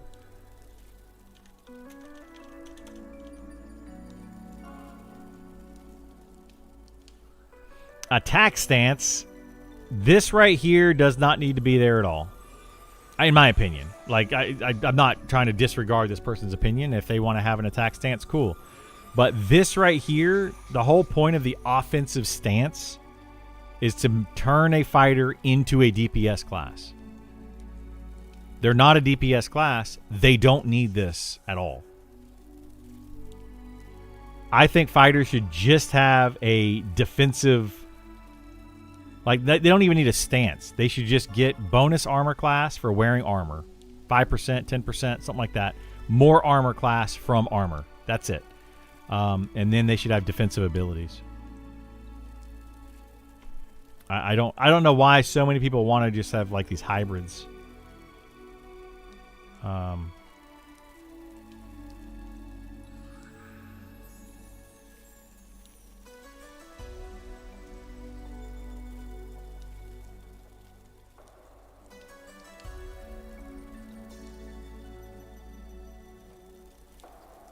I mean, maybe that's the direction the devs want to go with stuff, but I don't think it is.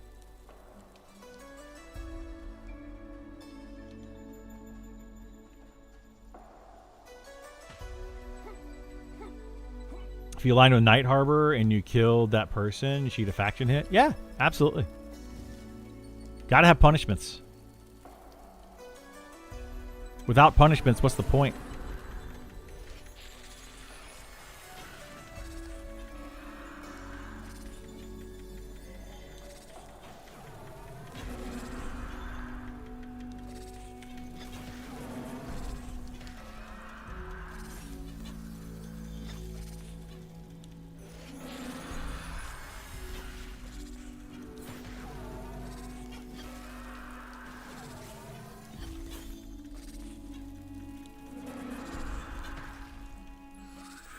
Oh no, Waspy taking the hits.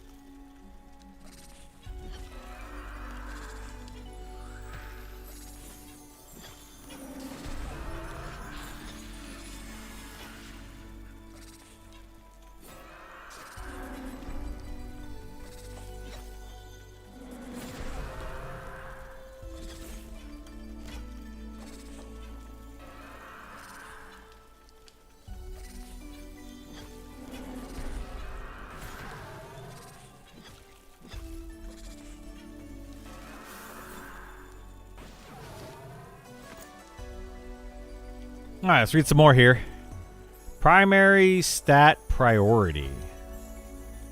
They start getting into 30s level. You should be stat priority. Like what gear stat scale better with fighters? I would say this is backwards. This is missing agility.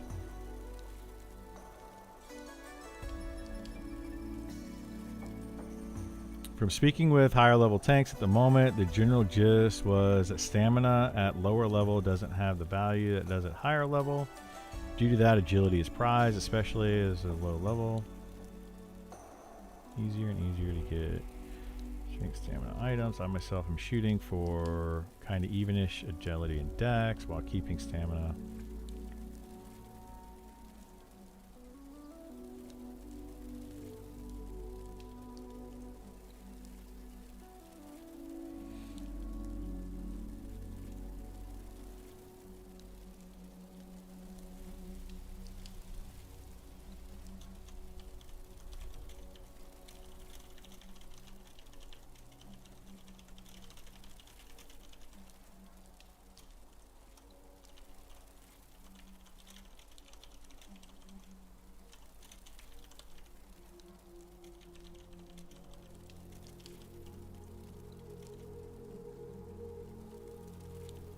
Starts.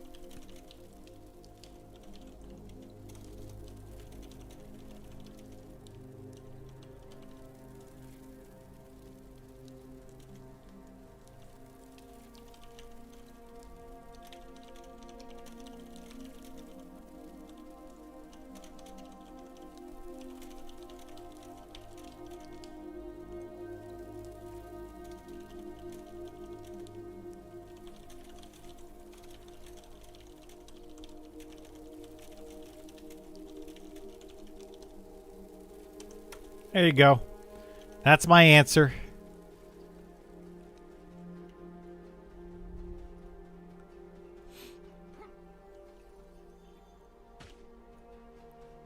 Good morning, Rising Raven. How are you? Glad to see you.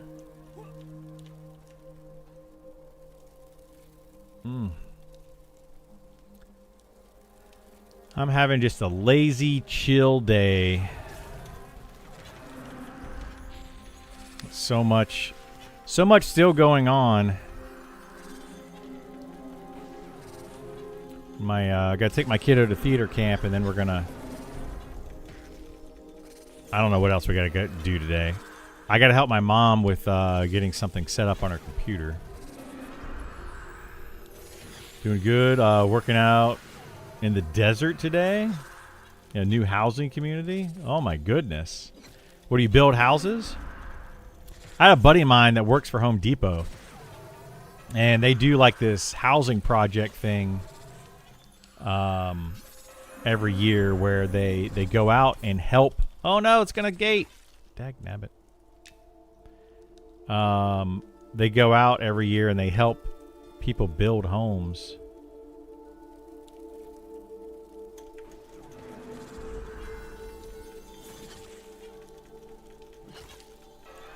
I always thought that was really nice and awesome.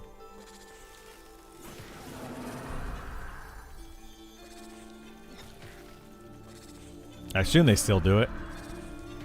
I haven't talked to him about it in some time.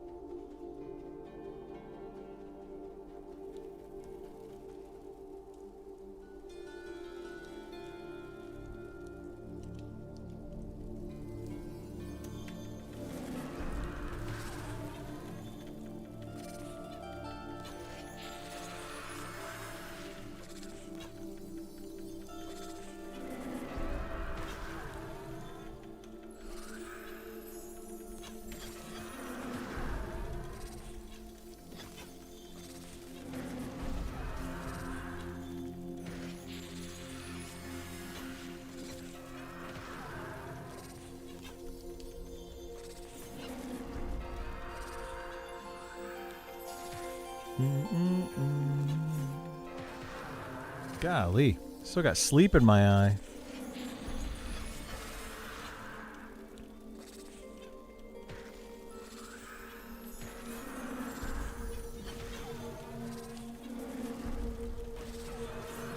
How's the money soloing? Mostly beast types, or do you fight humanoids too? I fought a lot of humanoids, but yeah, you don't get much money fighting beasts in this game.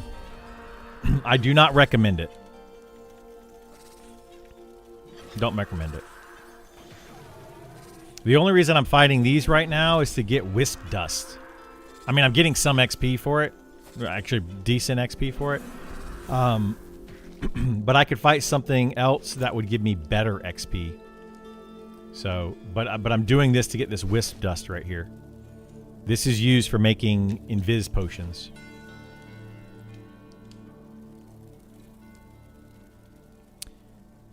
Let's see. Fighter feedback 1 of 3.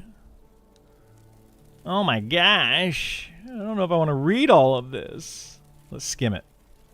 Fighter's a lot of fun. Solid foundation. Currently feels a little too static. Okay. Charge frequently fails to connect with its intended target. I'd estimate 90% of the time. Yeah, hopefully they fixed that recently with the charge pounce bug fix, but I don't know. Additionally, if you move or jump during the charge, it cancels the movement but still applies the stun. That is true because charge you do have to be on the ground for. Do you stick to greens or can you do blues as well? I'm doing dark blues. Yeah, so I'm killing stuff that's like 1 or 2 levels lower than me right now. Well, probably like 2 to 3 levels lower than me at the moment.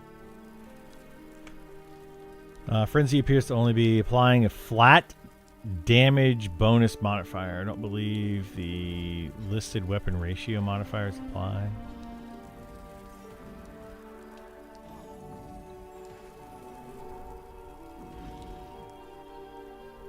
Does Rend actually reset Frenzy? Yes, it does. If it does, the proc isn't noticeable enough. I almost never realize it happens. If it's working, I'd love an audio cue. It is definitely working, but it's 20% of the time, and it just resets the cooldown on it. So you kind of have to use Frenzy then Rend, but a lot of times what ends up happening is Frenzy or Shield Bash, the timer will almost be up, and then Rend is available, so you do Rend before... right before Frenzy is going to be ready anyway. Feels kind of bad.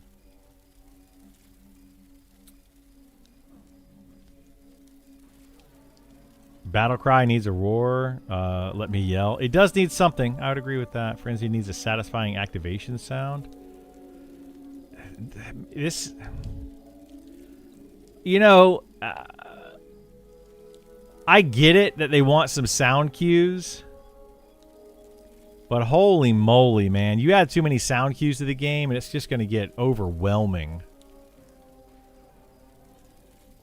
You're just going to have a fighter that's like, rah, wah, yeah, all the time. It's going to sound like Link and Zelda. Hip, huh, yai. Just going to be doing all that stuff all day long. That's going to get really annoying. But I'm all for some sound cues, but I just hope if they do it, they got to make sure that it's not crazy. So much going on.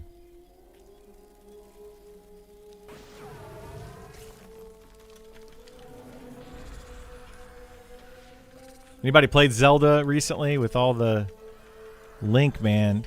Golly, that dude, he doesn't shut up. He's worse than I am, I think, and that's pretty bad.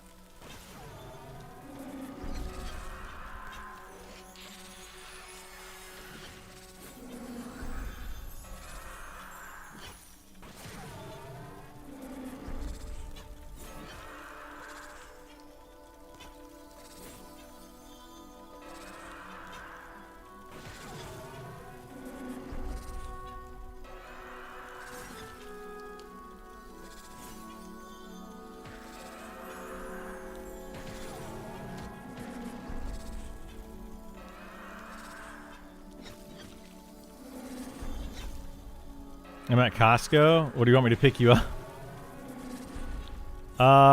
Take one of the slices of pizza they have there. Costco pizza, man. That's good pizza.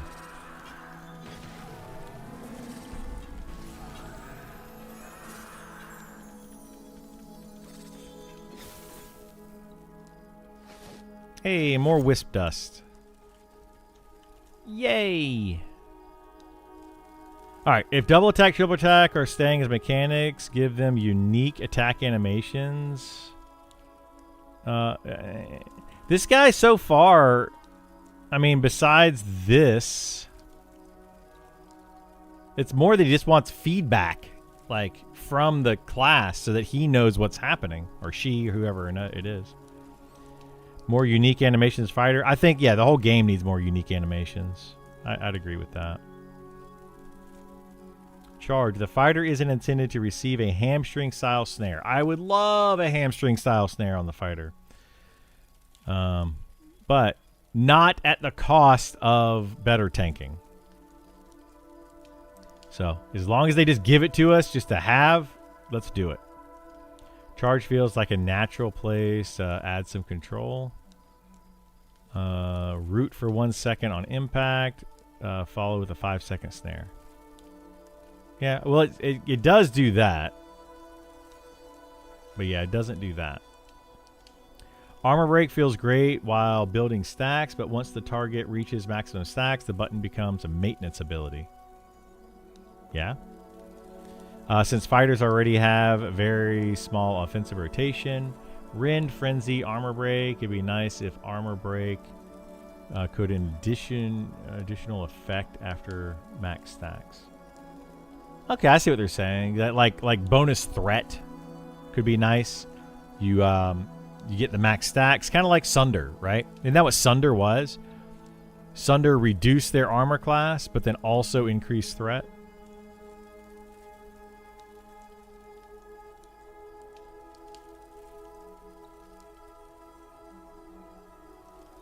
I don't agree with this part. Or gain another offensive benefit. I don't agree with that. Fighters don't need more offense. But some sort of additional benefit I could get behind. Taunt shares a cooldown with Shout. Feels unnecessarily restrictive. I agree with that.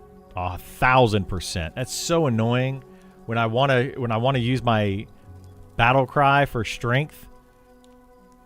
It puts my taunt on cooldown. Weird.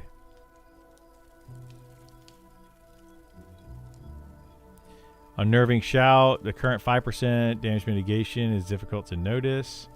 Increase it to 10% would make using the ability feel much more impactful. I don't even use Unnerving Shout unless I'm fighting something really tough.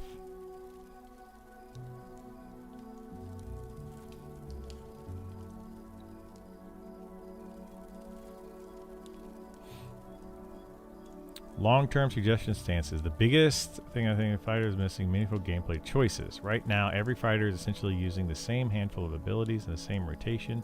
I'd love to see the class become more dynamic. Yeah. And the offensive stance, defensive stance, combination. Yeah, this right here is the one I disagree with. DPS-oriented fighter. Why?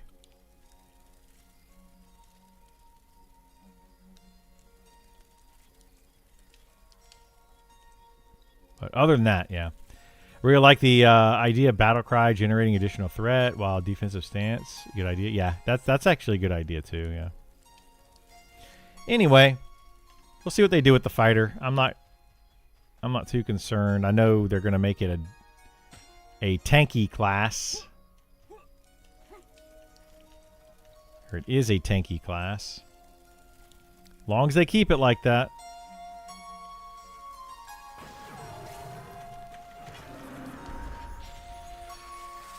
I'll be happy. Just keep it that way.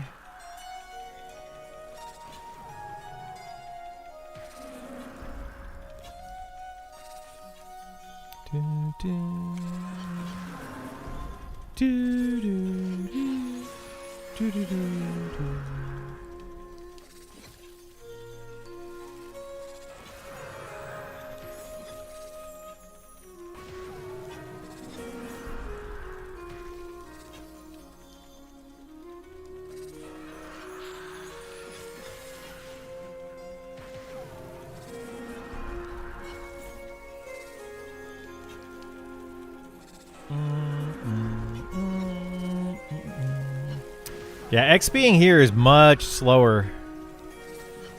I wonder if it'd be a little bit faster with the pet leveling up to 29. Oh shoot, this is a hell level. That's why. That's partly why. Okay. This wouldn't be too bad then if this wasn't a hell level. But it is. It is. Oh shoot.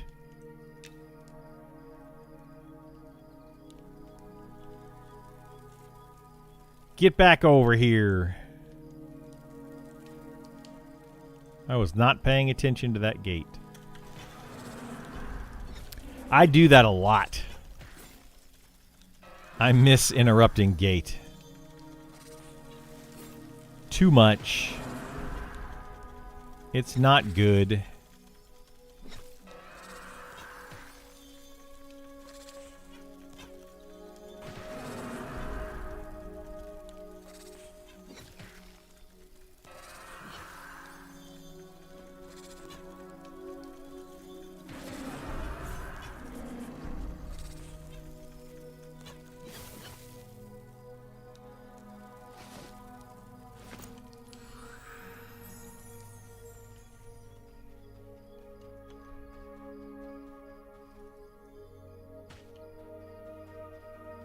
The heck is going on there?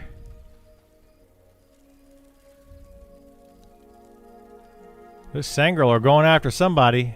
Electric. Good luck.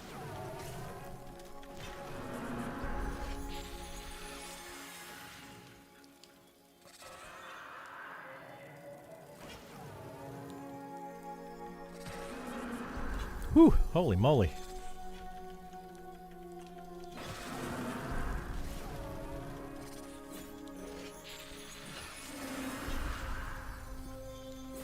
Man, we need to get a deep dive badly. We need something.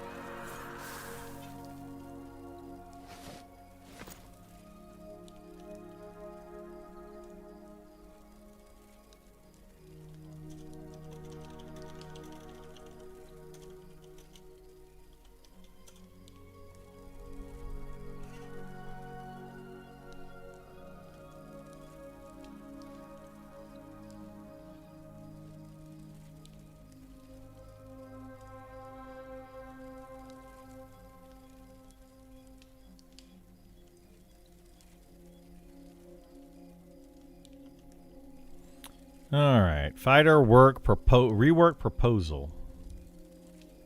Oh my gosh, he had a whole PDF?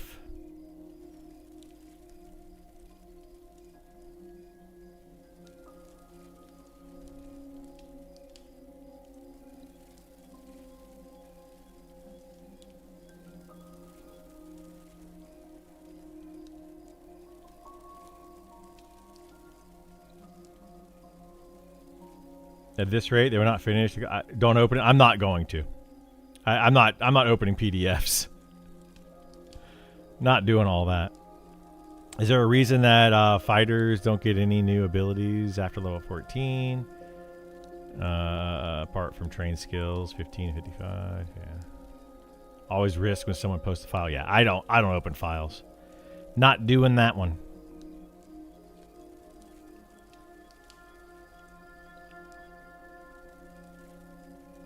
Not gonna do it.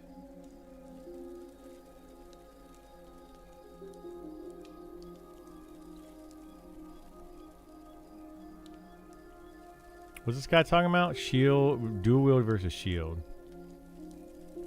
Just want to start a conversation, get everyone's opinion. I love sword and board so much, but also dual wield. I get shields come with extra AC, chance to block, but I ran a test, fought 5 blue crocs with a shield, blocked 3 times. Yep, in 5 fights. Then have 5 crocs with dual wield and didn't really see a massive difference. Maybe look more damage, but didn't really. So what's everyone's opinion? Also, AoE taunt should not be. I agree with that. AoE taunt should not be a 600-second cooldown, but whatever.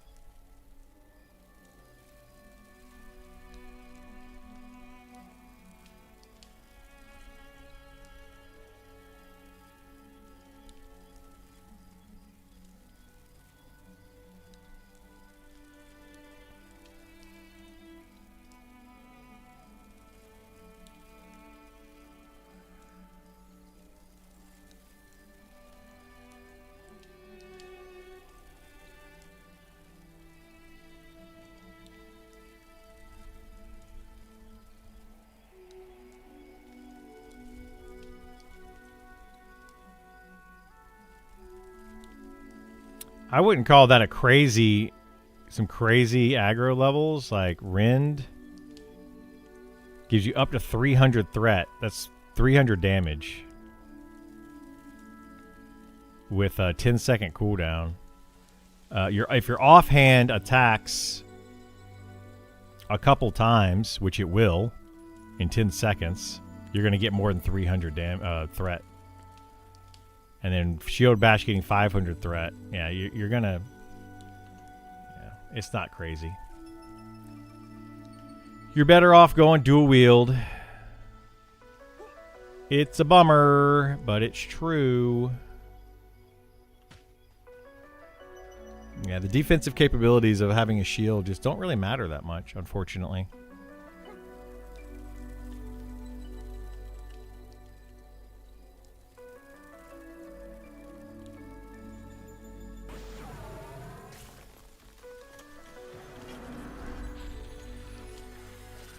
Yeah, I think that using a shield should definitely give you more defensive capabilities, but then also give you more threat generation, like a significant amount. Like that Shield Bash ability has, but yeah, it needs to be more.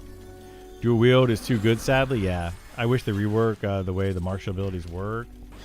At least or change the way dual wield works. Yeah, it is. Dual wield is just far superior than using a shield, unfortunately.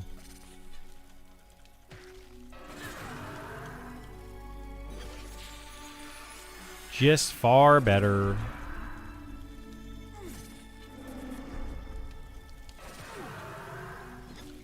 Yeah, I would love to see the ability to switch to a shield, get more defensive capabilities, and just have a lot of additional threat.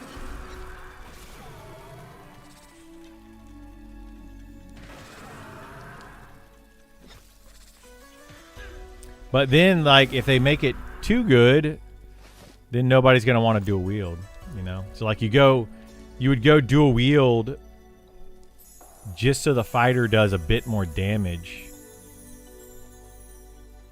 So yeah, it would end up being one of those things. If you can stay alive while dual wielding, then you dual wield.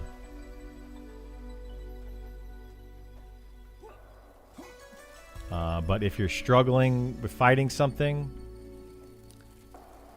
then you switch to shield. I feel like going shield should literally just be what you do in a group. And without a shield, then healers should maybe struggle keeping you alive. So if you have like let's say your tank is a few levels lower than the stuff that you're fighting, they're definitely going to want to go shield. Otherwise, the healer might struggle. Mobs definitely need to do more damage. Absolutely, they need to do more damage. It's too easy to keep people alive in a party.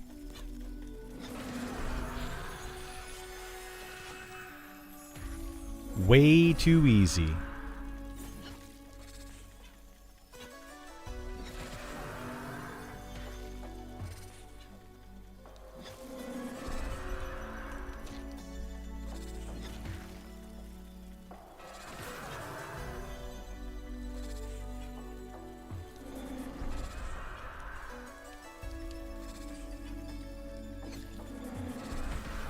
Is a wisp considered undead? Aren't they supposed to be like spirits? But I don't know if like charm undead works on them, or like the undead nukes and stuff. I don't know if all that works on them. I think they are considered undead though. Let's look at the Archer forums. How are they doing? Biggest issue with Archer still, in my opinion. Hello. How are you? Number 1 cooldowns. Flurry and Deadeye take up 2 slots. Even combined are still worse than Rogue's single cooldown. Please just combine the abilities and make them a single button.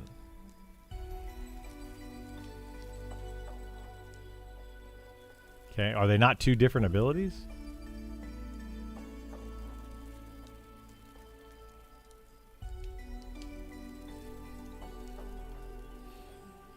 Sniper blind, I'd like to see a couple additions.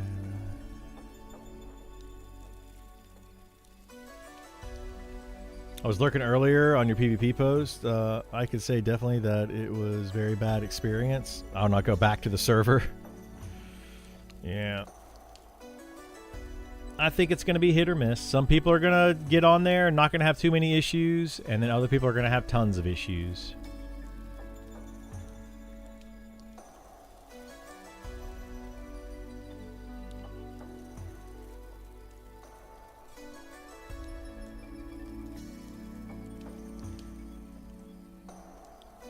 So the bonus move speed not stacking with other feels bad. Every single group is going to have some sort of move speed buff going out of the party. Only 5%, but that 5% could really be feel unique to us. Yeah. I kind of agree with this, actually. If they're going to make it a small amount, the 5 or 10% that it currently is, it should probably stack with Speed of the Wild, but they need to adjust Speed of the Wild.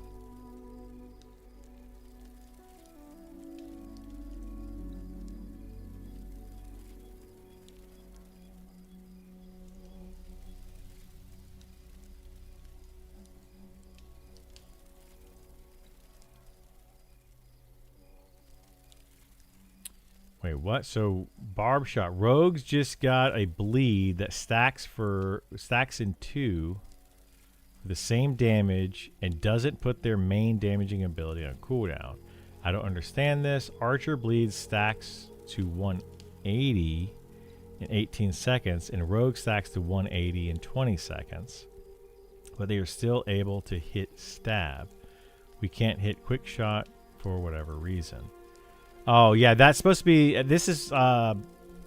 you can do barb shot to get the stacks, then you go to quick shot, and then you just do barb shot to maintain the stacks. I think was the idea there. Yeah, I don't know. These are numbers that probably just have to be tweaked.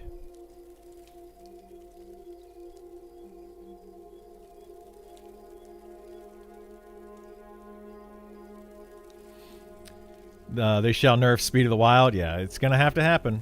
A base movement speed, a buff to base movement speed already set on the forum. They shall put agility stat to increase base movement speed. Non-sackable. Maybe. I don't know. I don't know how I feel about that. Agility being... agility giving you base movement speed.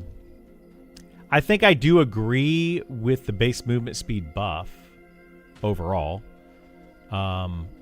Like I increasing everyone's base movement speed when they're just running by like 10 or 15% would probably be good, and then reducing Speed of the Wild by like 30%. But then also having monsters run faster. But I don't know, the movement speed based on agility. I mean, they could do that, sure. And that would make agility definitely a stat that people would want to go after. But would it end up making it too strong? Because, like, then archers will definitely stack agility. It would give a reason for classes other than tank to stack agility, which might be good, right? Because otherwise, if you're not tanking, there's absolutely no reason to have agility. None whatsoever. So, I don't know. I mean, maybe it would be good. Hey, what's going on, Oreo? How are you? And give sprint ability, which consumes endurance. I think they need to do a lot with endurance. Yeah, I would love to see that. Everybody should have a sprint ability that consumes endurance. Double your movement speed. But it consumes like 10 endurance every second, so you can double your movement speed for 10 seconds kind of thing, you know? Something like that. That would be a good, really solid change. Doing good? Awesome to hear. How's that barbecue sauce going? I saw your message. I responded to it the other day. You selling lots of barbecue sauce?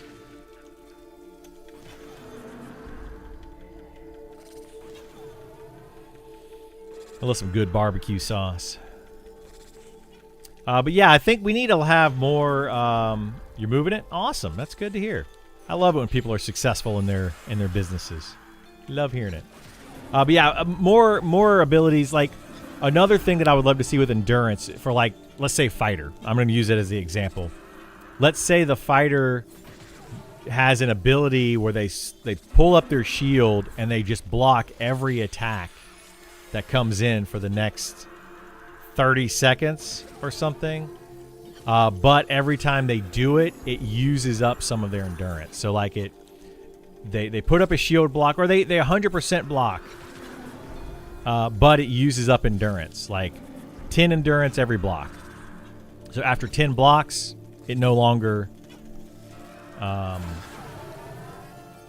is useful. Like, I would love to see stuff like that. Or use your endurance on a rogue to attack super fast, like an attack speed buff for 10 seconds for the rogue. And it gives them like 100% attack speed for 10 seconds. And they're just like jab, jab, jab, jab, jab, jab, like a flurry of blows kind of thing. Monk would also be another good one for that. You know, like the flurry of blows for the monk using up endurance. Yeah, I would love to see that. 1% per 10 agility doesn't sound too bad. 200 agility, 20% movement speed. Yeah, something like that might work. Yeah, I don't know. That would need to be something they would have to balance. That's why, like, I don't know how I feel about it. A run speed based on your agility. Because, like, then tanks would definitely be running faster than anybody else, which is going to be weird, though. Because tanks right now are stacking agility, but then heavy armor. What if they did that? What if they made run speed also affected by your armor? People would probably hate that. but I'm just throwing it out there for the discussion's sake. Like, what if you got a 10% penalty for heavy armor, 7.5% for medium or chain armor, and then 5% for leather armor, 2.5% for cloth armor, and then if you're running around naked, you run at normal speed. Like, would that be something that people would actually want to do? That could be a way to affect the movement speed. People are probably going to be like, no, absolutely not. I hate it. I get that. Like, I would hate to run slower too, but I don't know. I think it could be fun. By the way, I would make every martial abilities use endurance, but yeah, it could make it only for more powerful skill. That's a good idea. Yeah. Well, yeah, I think using it for every martial ability. I think in EverQuest, not to compare everything to EverQuest, but something that I thought was kind of neat about EverQuest was as you're fighting, your endurance slowly went down. So I remember having the Staff of the Shissar on my Enchanter. That was the Enchanter epic weapon. And it gave, like, I'm just going to throw some numbers out. I don't remember the exact numbers. But it gave, let's say, 60% haste. But it also gave stamina regen on top of that. Or you could get the Visions of Grandeur, or whatever the other haste was, that gave like a 65 or 70% haste, but it didn't have the stamina regen. And eventually you would run out of stamina on your fighter just from auto attacking. Or on your class, whatever your class was. I wonder if they could do something like that. Make that armor have agility. Yeah. There's a lot of ways they could do that. I think those are really good ideas. I like those. It would just come down to balance. So, like, increasing agility increases your movement speed. Wearing heavier armor decreases your movement speed. Then tanks wearing their plate armor, would still want to stack agility to offset their heavier armor movement speed, right? So like it would almost just offset that, but then it would give your rogues and your spell blades and your DPS, melee DPS classes just a slight bonus in movement speed because they're going to be wearing lighter armor. I don't know. I kind of like that idea. After playing the rogue with the changes the other day, I have determined that the twin blades needs to be on different timer than slice. Oh, does it? Is it the same? How did that work? Is it like you use slice to get the stacks and then you use twin blade? Sean not streaming today? I have no idea. He might. He normally doesn't stream until about 2 o'clock my time. So he still has a couple of hours before he would normally stream. So sometimes he does stream earlier. Whoops. Sorry, I just hit my microphone stand with my cup here. Sometimes he does stream earlier, but it's kind of rare. But he might stream. I don't know. I haven't heard one way or the other. Sean needs an administrative assistant. That would be another good reason to have a community manager for this team. Somebody that is that just keeps a pulse on everything that's happening within the dev team so that they can inform the community. Not that the community deserves to know all of that, but it's something that I really like about Blizzard and Diablo 4 is they do like weekly campfire chats. And something like that with this team would be great if they had somebody on the team that just did a weekly campfire chat. I tried, or I did it actually at one point. I was doing weekly campfire chats. I was doing twice a week actually. I was doing them on Mondays and Fridays. Every Monday, every Friday. And I would log in, I would just stream and talk about things that are going on in the game. And we had a lot of activity with that, and it was great. And then they released the beta, and they allowed us to stream it all the time. So I just was like, okay, well, I'll just do it while I'm streaming. But I'm not officially part of the team. So, it works a little differently when just being officially part of the team makes a big difference. Huge difference.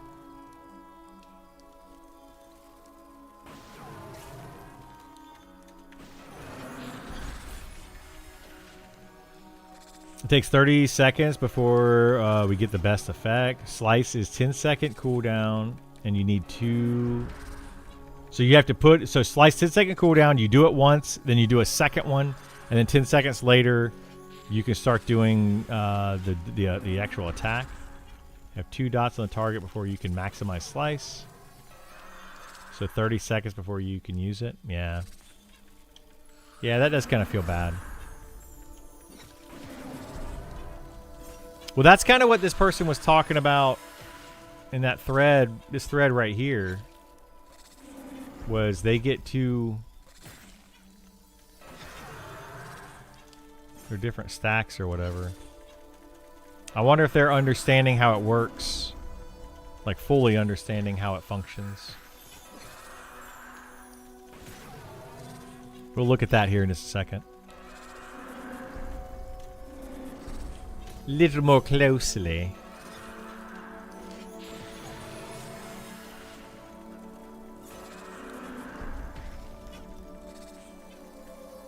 Oh no! Don't gate again! Don't gate! Die! Oh, come on. Oh, I probably could have kicked that one.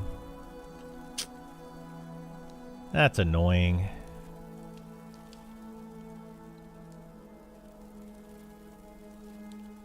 I don't like how gate gives them health back. Like, can somebody tell me why gate gives them health? It's just so, it's weird. Like, why?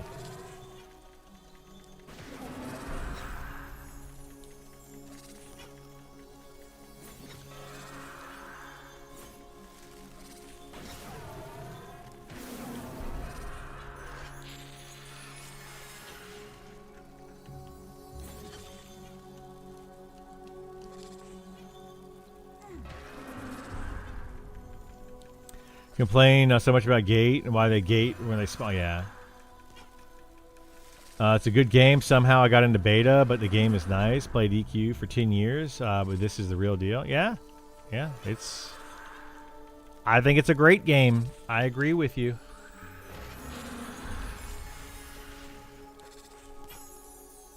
Hopefully they continue to be able to develop it and keep making it better and better and better.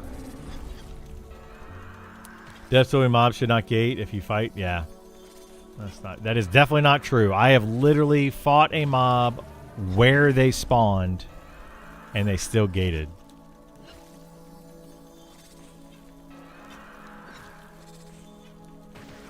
It's absolutely. And then they heal. Like, why? Why? Like, even if they gate where they spawn, that's fine. But why do they heal?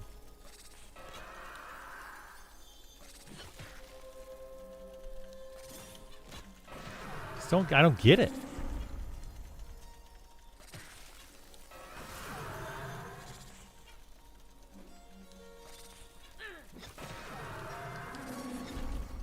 It's what Sean wants, but it's not. But not in the game.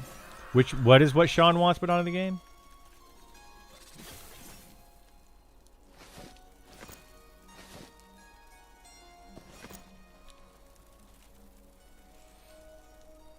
The self-heal they get when they gate is annoying also. Yeah, that's what I'm talking about. Yeah, it's super annoying. Like, how do they get a heal?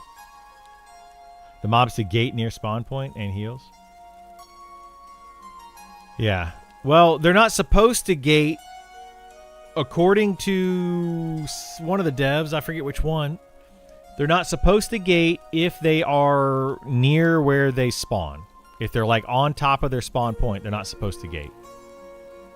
But yeah, then the healing part of it, yeah, that's just another weird. I don't get that one at all. I still don't understand it. All right, so rogues just get a bleed that stacks to 2 for the same damage And it takes 18. Blah blah blah blah. And then Archer gets.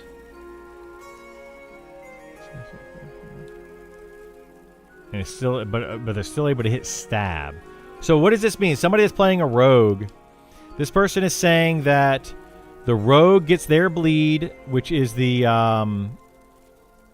whatever it's called, what we were just talking about, the slice effect or whatever. And then what is stab? Stab is their, not their twin blade, right? That's different, isn't it? They can gate multiple times if you can't kill them fast enough. Yep. They will keep trying to gate. As long as they have mana, they'll keep trying to gate. And then they'll just heal back up and then gate and then heal back up, and it's silly. Stab, they're talking about backstab? Okay. Gotcha. Is their basic attack backs? Okay. The slice is the beat. Yeah, so there's slice and then there's the twin blade attack, which you want to do after getting 2 slices.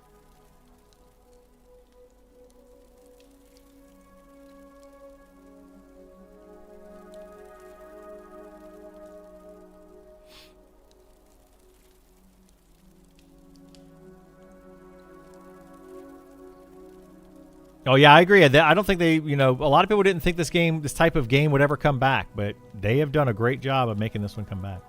Twin blade is applied now after the 2 bleeds. Okay. So yeah, I'm just trying to understand what this guy's talking about. He's saying you get 2 stacks on both the archer and the rogue at relatively the same amount of duration or time, right? With the 18 seconds, 20 seconds. But this person can still backstab. Yeah, I don't know. I think that's just going to be a balancing thing. They're just going to have to figure that out.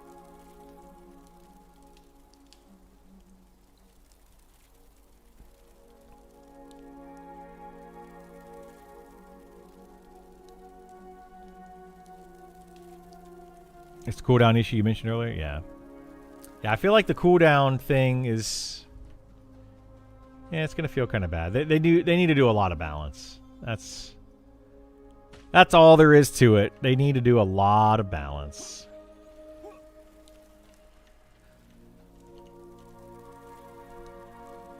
Lots and lots and lots of balance.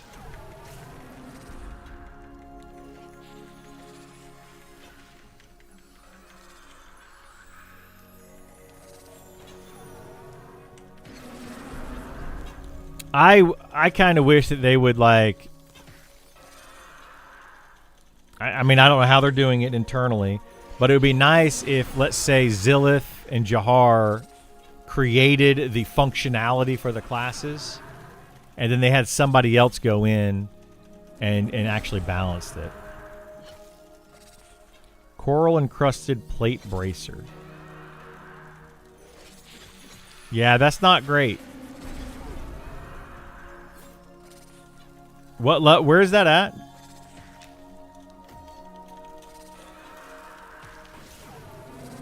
And that's in Sunken Resort? Yeah, that's level... Oh, shoot, dude. I'm dying.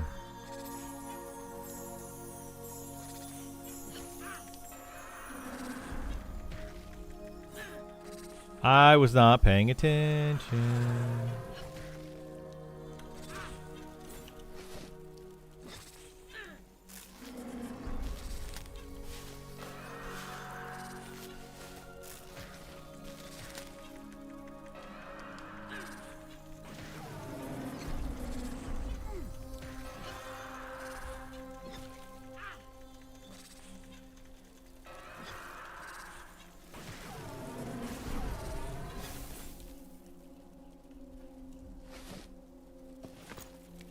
Holy moly, man. Anyways, tell the team they did a fantastic job on this title. I mean, I'll be sure to tell them. I'm not part of the team, but I'll be sure to tell them. I don't work for them. I was in a dungeon earlier just walking around, and it was great. The game I haven't played that far into, but I'm working on it. It's really good. I like it. I think all the old EQ players are really enjoy this game for sure. Yeah. Absolutely. I'm there with you. I agree.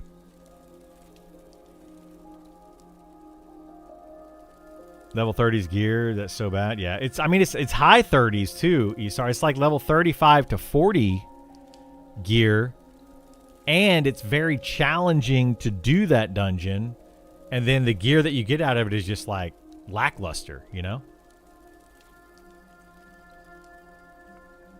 That's what feels bad to me about Sunken Resort, is it's like, why is it so challenging, way out of the way? It's a pain in the butt to get people to go there, pain to fight there, you got to swim around. It's like overly punishing, and then doesn't give you a reward. Now, there might be a crazy XP bonus in there. I don't think I've seen anybody actually in that dungeon doing the dungeon, though, at level. So that's the only thing I could say, is maybe we go in there and test it at that, around that level, and see if it's a really good XP. But I doubt it. Yeah, no one ever goes in there. I want to say that a group did go in there the other day for a little while, but yeah, they just don't stick around. I'd say the Shrink Trinket is pretty desirable. That's Glinting Hollow, completely different zone. Don't believe there's any XP bonus anywhere. Supposedly they have the Zen modifier.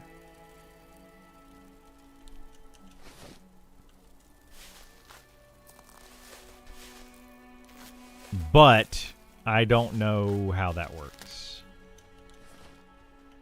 But yeah, supposedly they do have a Zen modifier. But the Zen modifier is like monster based and not really zone based. I personally feel like they need to just up the XP values in all of the dungeons. Like the actual dungeons that you have to go deep into. Yeah, they should up the values in those. If you go into Sunken Resort, if you go into Grain Cellar, if you go to Grimtide Sanctum, all of those should just be crazy high XP. And or better loot. I mean, I would say both. Like at least a 10% XP bonus and better loot.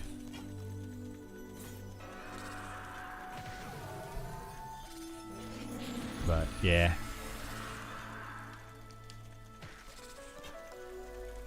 Are you like duoing with Hoku in there, Isar?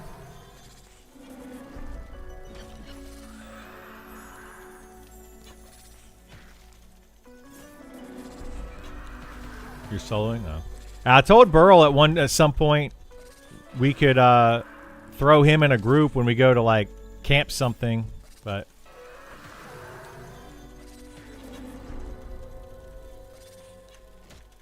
because I think he hit 41 on his Elementalist, so we could literally like throw him in a group and just go kill stuff. But there's just nothing to really do, you know. We basically camped everything you could camp in the game. We know where all the items are. Just not a whole lot left to go looking for. Unfortunately.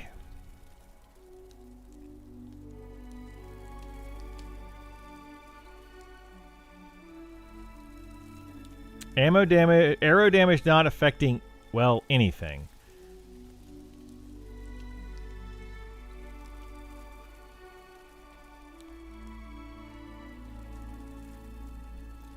I feel like what the arrow damage is supposed to do, I mean, I don't know what their actual message was. If, let's say, your bow does 10 damage and then you have arrow damage of 2, it just increases that, right? So it just becomes 12 damage. I feel like that's what it's supposed to do. Kind of like the monk weapons do. It takes hand-to-hand and adds to the hand-to-hand damage.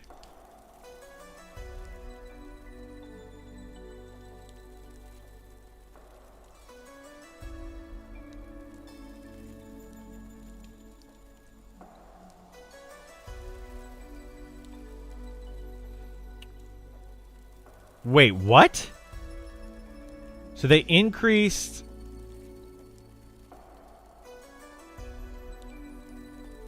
So thank you so much for raising your skill for double attack. Out of curiosity, anyone know if it's supposed to be 300? Blah, blah, blah, blah. So Zilla said double attack is supposed to be 275 for Archer and Beastmaster as a more dedicated two-handed class.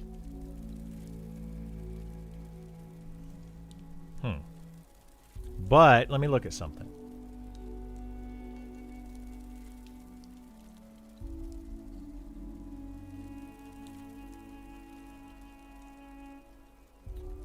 But that's not until like later on, so it doesn't actually go up. They need to divide that out. If they're going to do it that way, they should do it that way from the beginning.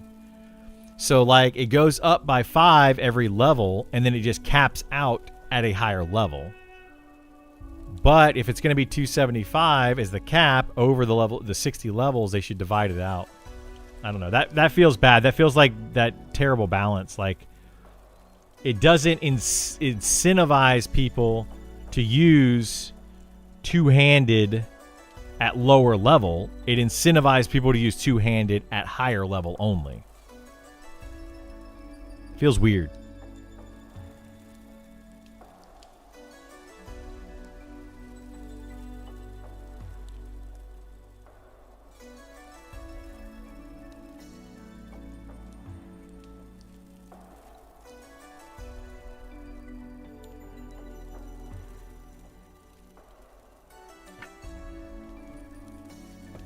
So I wonder if that's going to mean that archers are going to end up being better DPS at higher levels, though.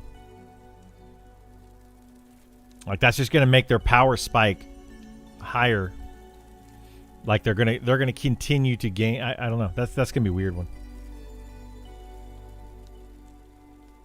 Agility Dex build.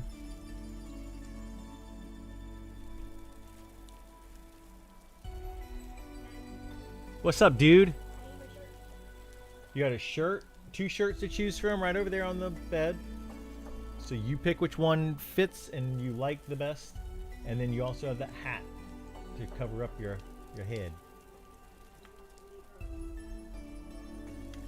Okay. So, you're just going to use that one?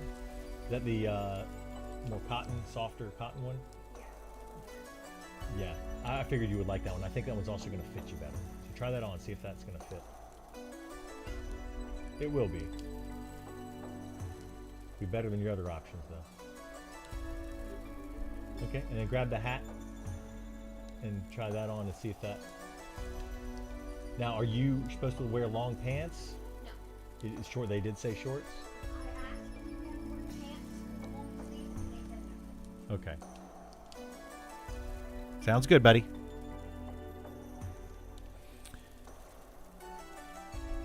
All right. Yeah, I wonder how that's going to work out, though. Let me see. What time is it? All right. Yeah, I only got a little bit longer. My kiddo said he wants to leave early for camp. He wants to get there a little earlier than we have been. We've been getting there right on time, but he wants to get there a few minutes early. So we're gonna do that. We're gonna do it. But yeah, as far as itemization though, I feel like they need to do another itemization pass, and I don't understand why they would add in Sunken Resort and then not do an itemization pass on that dungeon when it comes in. You know, like they're just gonna have to go back and do itemization again. So I feel like a lot of times right now they're doing double work. Maybe they have a plan. I don't know. There's a lot of things I'm sure that I'm not aware of and privy to as far as the as their development process. But I feel like they're doing double work. Yeah, one step forward, 2 steps back kind of thing. Yeah, exactly. Like when they put in the class updates, just go ahead and balance them for what you think they should be and need to be for the future. They may end up being unbalanced and crazy, but like right now we should be able to compare the archer, the rogue, the wizard, the druid. We should be able to compare all of their abilities, right? And say, well, like that one guy was doing, why is the archer and the rogue You know, why is one ability doing this and the other ability doing that or whatever? We should be able to compare those right now because both of those deep dives have been in. Now, we may not be able to compare those against monsters, like saying that, you know, enemies only have 5,000 health and, you know, rogues and archers are able to kill them a lot faster, whatever. That's going to be a different balancing thing, but I feel like they should be putting in these deep dives and balancing those where they want the balance to be. Like, look at the DPS numbers and say, we want the rogue to be 100 DPS. We want the archer to be 95 DPS. We want the wizard to be, you know, 110 DPS, whatever they want it to be, and kind of balance them that way. Otherwise, they're going to put them in, and they're going to have to then go back and readjust them later. And the problem with that is they're going to readjust them later after they have forgotten about what they've done, how they want it to play, et cetera, et cetera, et cetera. So it's gonna that's gonna feel really bad, and it's literally gonna take more work. I'm the type of person that's like, when you do something, do it right the first time, so you don't have to do it right, or you don't have to fix it a second and third and fourth time. But, you know, whatever.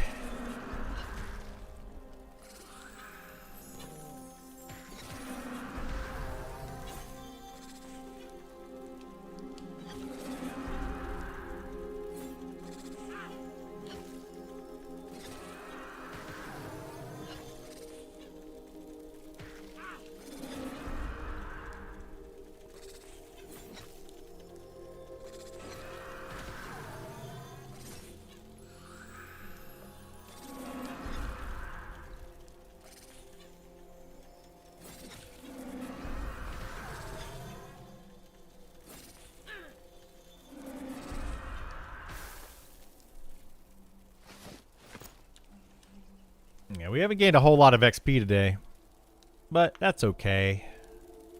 Done mostly chatting. Chatty, chatty, chatty. Cosmetic suggestions? 3 cosmetic ideas. I wish I would display the bow and quiver by default instead of our melee weapon, and only swap to melee weapon at one.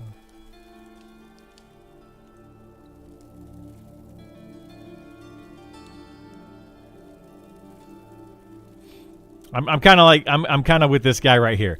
I doubt these will be implemented, but I love the idea. Yeah, I think a lot of this cosmetic stuff, people have great ideas. You know, adding visual effects and adding sound effects and adding all of that stuff. It's great, but yeah, it's just like they have so many other things that they need to work on.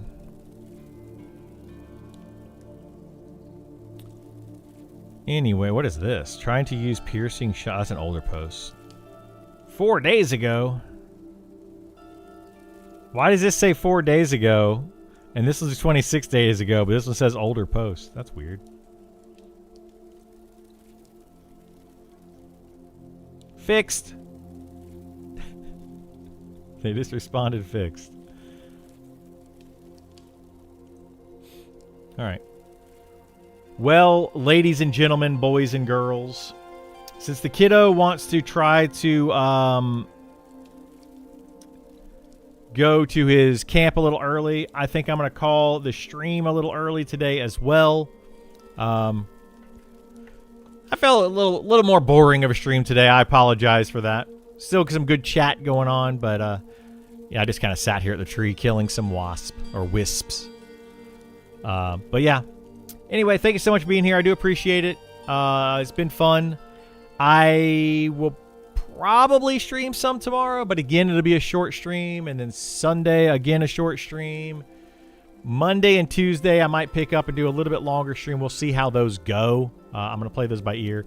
But then we're going to get back to it on Wednesday, Thursday next week. And then I go out of town Friday next week for a wedding. So I'm just super busy right now. But I appreciate everybody coming in, chatting, hanging out.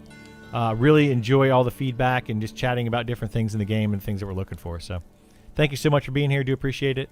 Hopefully I see you all next time. Take care, everybody. Bye.